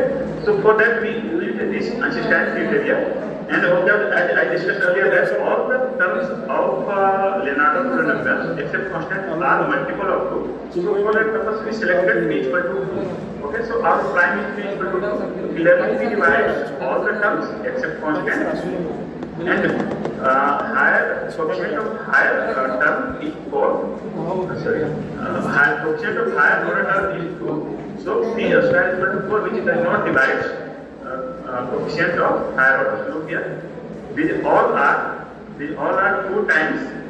So if we then p equal to 2, so p square is equal to 4. So 4 does not divide coefficients of higher order. Okay. So using this, and the P does not divide constant term. So by it satisfies all the property of consistent criteria. So you can say that by consistent criteria, Leonardo polynomials are irreducible over. But one of the interesting properties is that this derivative is also irreducible in some sense. I will show you later. For example, here I have predicted a particular example. If you select n is equal to 10, then this is the 10th polynomial, 10th Leonardo polynomial, and selected p is equal to 2. So there are that p divides all the coefficients. Okay, and p does not divide 1. Okay, and if we get p square, then it will be p square equal to 4, which does not divide 2. So clearly it satisfies all the requirement of the consistent criteria, and thus by the consistent criteria we say that these polynomials is irreducible over p. One of the similar properties is irreducibility over z. So for irreducibility over z, it says that a polynomial is irreducible over q, and its content means GCD of all the coefficients. So here GCD of 2, 18, 56, 70, 30 and 1. If GCD of all these contents is 1, then this polynomial is irreducible over q, then like that it will be irreducible over z also. So observe that here the constant term is 1, and whatever other terms, since one term is equal to 1, so GCD of all these terms will be, that is all the coefficients will be equal to 1. Or equal to 1 means content of this polynomial is 1. And content of this polynomial is 1, it means, and it is given that this polynomials are irreducible over 2. Therefore, polynomials are also irreducible over 10. See a particular example which is true for all the polynomials in a graph given earlier. Okay, and here we have shown connection with the Chebyshev polynomial. In literature, there are many work showing application of Chebyshev polynomial and a connection with the any name sequence like infinity polynomial, half polynomial, Bell polynomial, balancing polynomial. So in that context, we predicate this relation that Leonardo polynomial is connected with the Chebyshev polynomial in this manner. I must get here proof because this relation is just obtained from the relation of infinity E and Chebyshev polynomial. So as we have shown that 2 times of infinity minus 1 is the nth Leonardo polynomial. Just multiply 2 here and substitute 1 and you get this relation. We are seeing here. And if we substitute then it gives the Leonardo number. So in this manner we say that by putting x equal to 1 here, we get this relation and this is the unit term of the Leonardo numbers. Here are some usual properties, so I know what to say. Because once you know the winner formula, then you can easily obtain the generating function of financial formula, aspire terms, etc. So here we have first proved the general particular value of R and S, we obtain some other identity in terms of unity polynomials. Okay. Here are some binomial sums and aspire. So this may be equal, but irreducibility unequal. Okay. One another term is this results present relation, the aspire sums of Leonardo polynomials with the unity polynomials. This one shows the aspire sums of Leonardo polynomials with the Leonardo polynomials. Okay. These ones are genetic functions. These are also not too much interesting results. Once you know the intense relation, you can easily obtain its genetic functions. First one is ordinary genetic function, and second one is exponential genetic function. And some other genetic functions are pointed here. This genetic function is called even index Leonardo polynomials. This one genetic function is called odd index Leonardo polynomials, and some other genetic functions are pointed. Now I am the derivative of this polynomial. Okay, so I started in plus 2 that simply these are polynomials power n. So x to the power n have got differentiation n equals to the power n, and by using this property we have described here that they are the first derivative of the Leonardo polynomial. And if we substitute x in this sequence, then we get this recurrence here, this number. And if we talk about this property, then first one, even all the numbers are even numbers. In second, again all the numbers are even numbers. And if we get half times of this number, then this is straightforward behavior. Like encyclopedia of the database of the So under this identity, you will find that half times of this number is listed, and there are property area is seen here. Again, if you talk about the second one, then half times of this is listed that this is this database on the OEIS stack. Okay. So our second one of the important here is that first derivative of the Leonardo formula for all indexing is equal to what is the first derivative of Leonardo formula is equal to what and the resulting yet not we are trying to prove it, but they tried that, but how it will not we are working on it. Anyone who are working on numbers can try this problem. So for this, we have tried this maybe our simplification of like classical results. There are some other results like Newton polygon method. We have not tried yet them, but we have verified using Maple software that the polynomials are irreducible over. Okay, and the odd indicates. So first odd indicates except greater than 1. So if you can say and we know that for any polynomials, if there is a root in grid, then it is irreducible over that. Okay, so grid is degree of unity and the actual so it is not irreducible over. Okay, again if you talk about 5 assets, irreducible over 6 times criteria for 3 by 2. But we need not find any general rule which can claim that obviously this will be irreducible over. Okay, so this is open problem. Okay. And some other related results are that first derivative indicated in the Leonardo formula in this manner. Some other relations are this, and here Leonardo formula indicated the first derivative of the Lucas polynomial. Okay.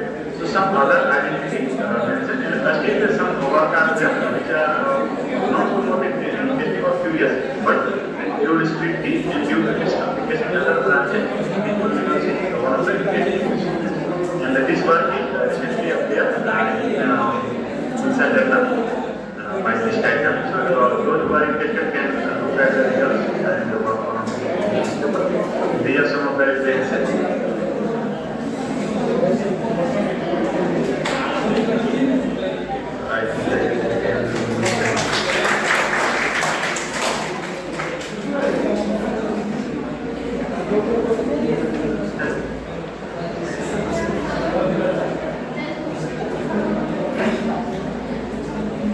Hello.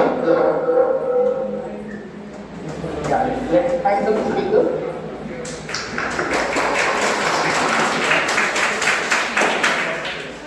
From the audience.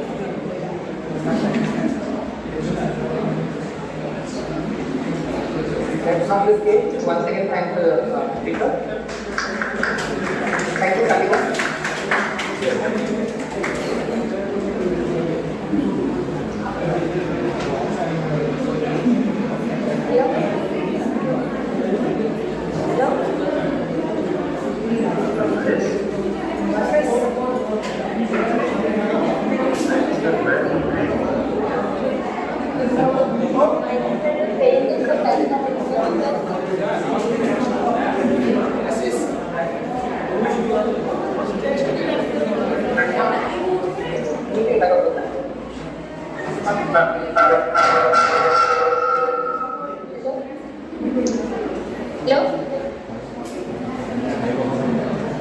Yes, yes, you are audible.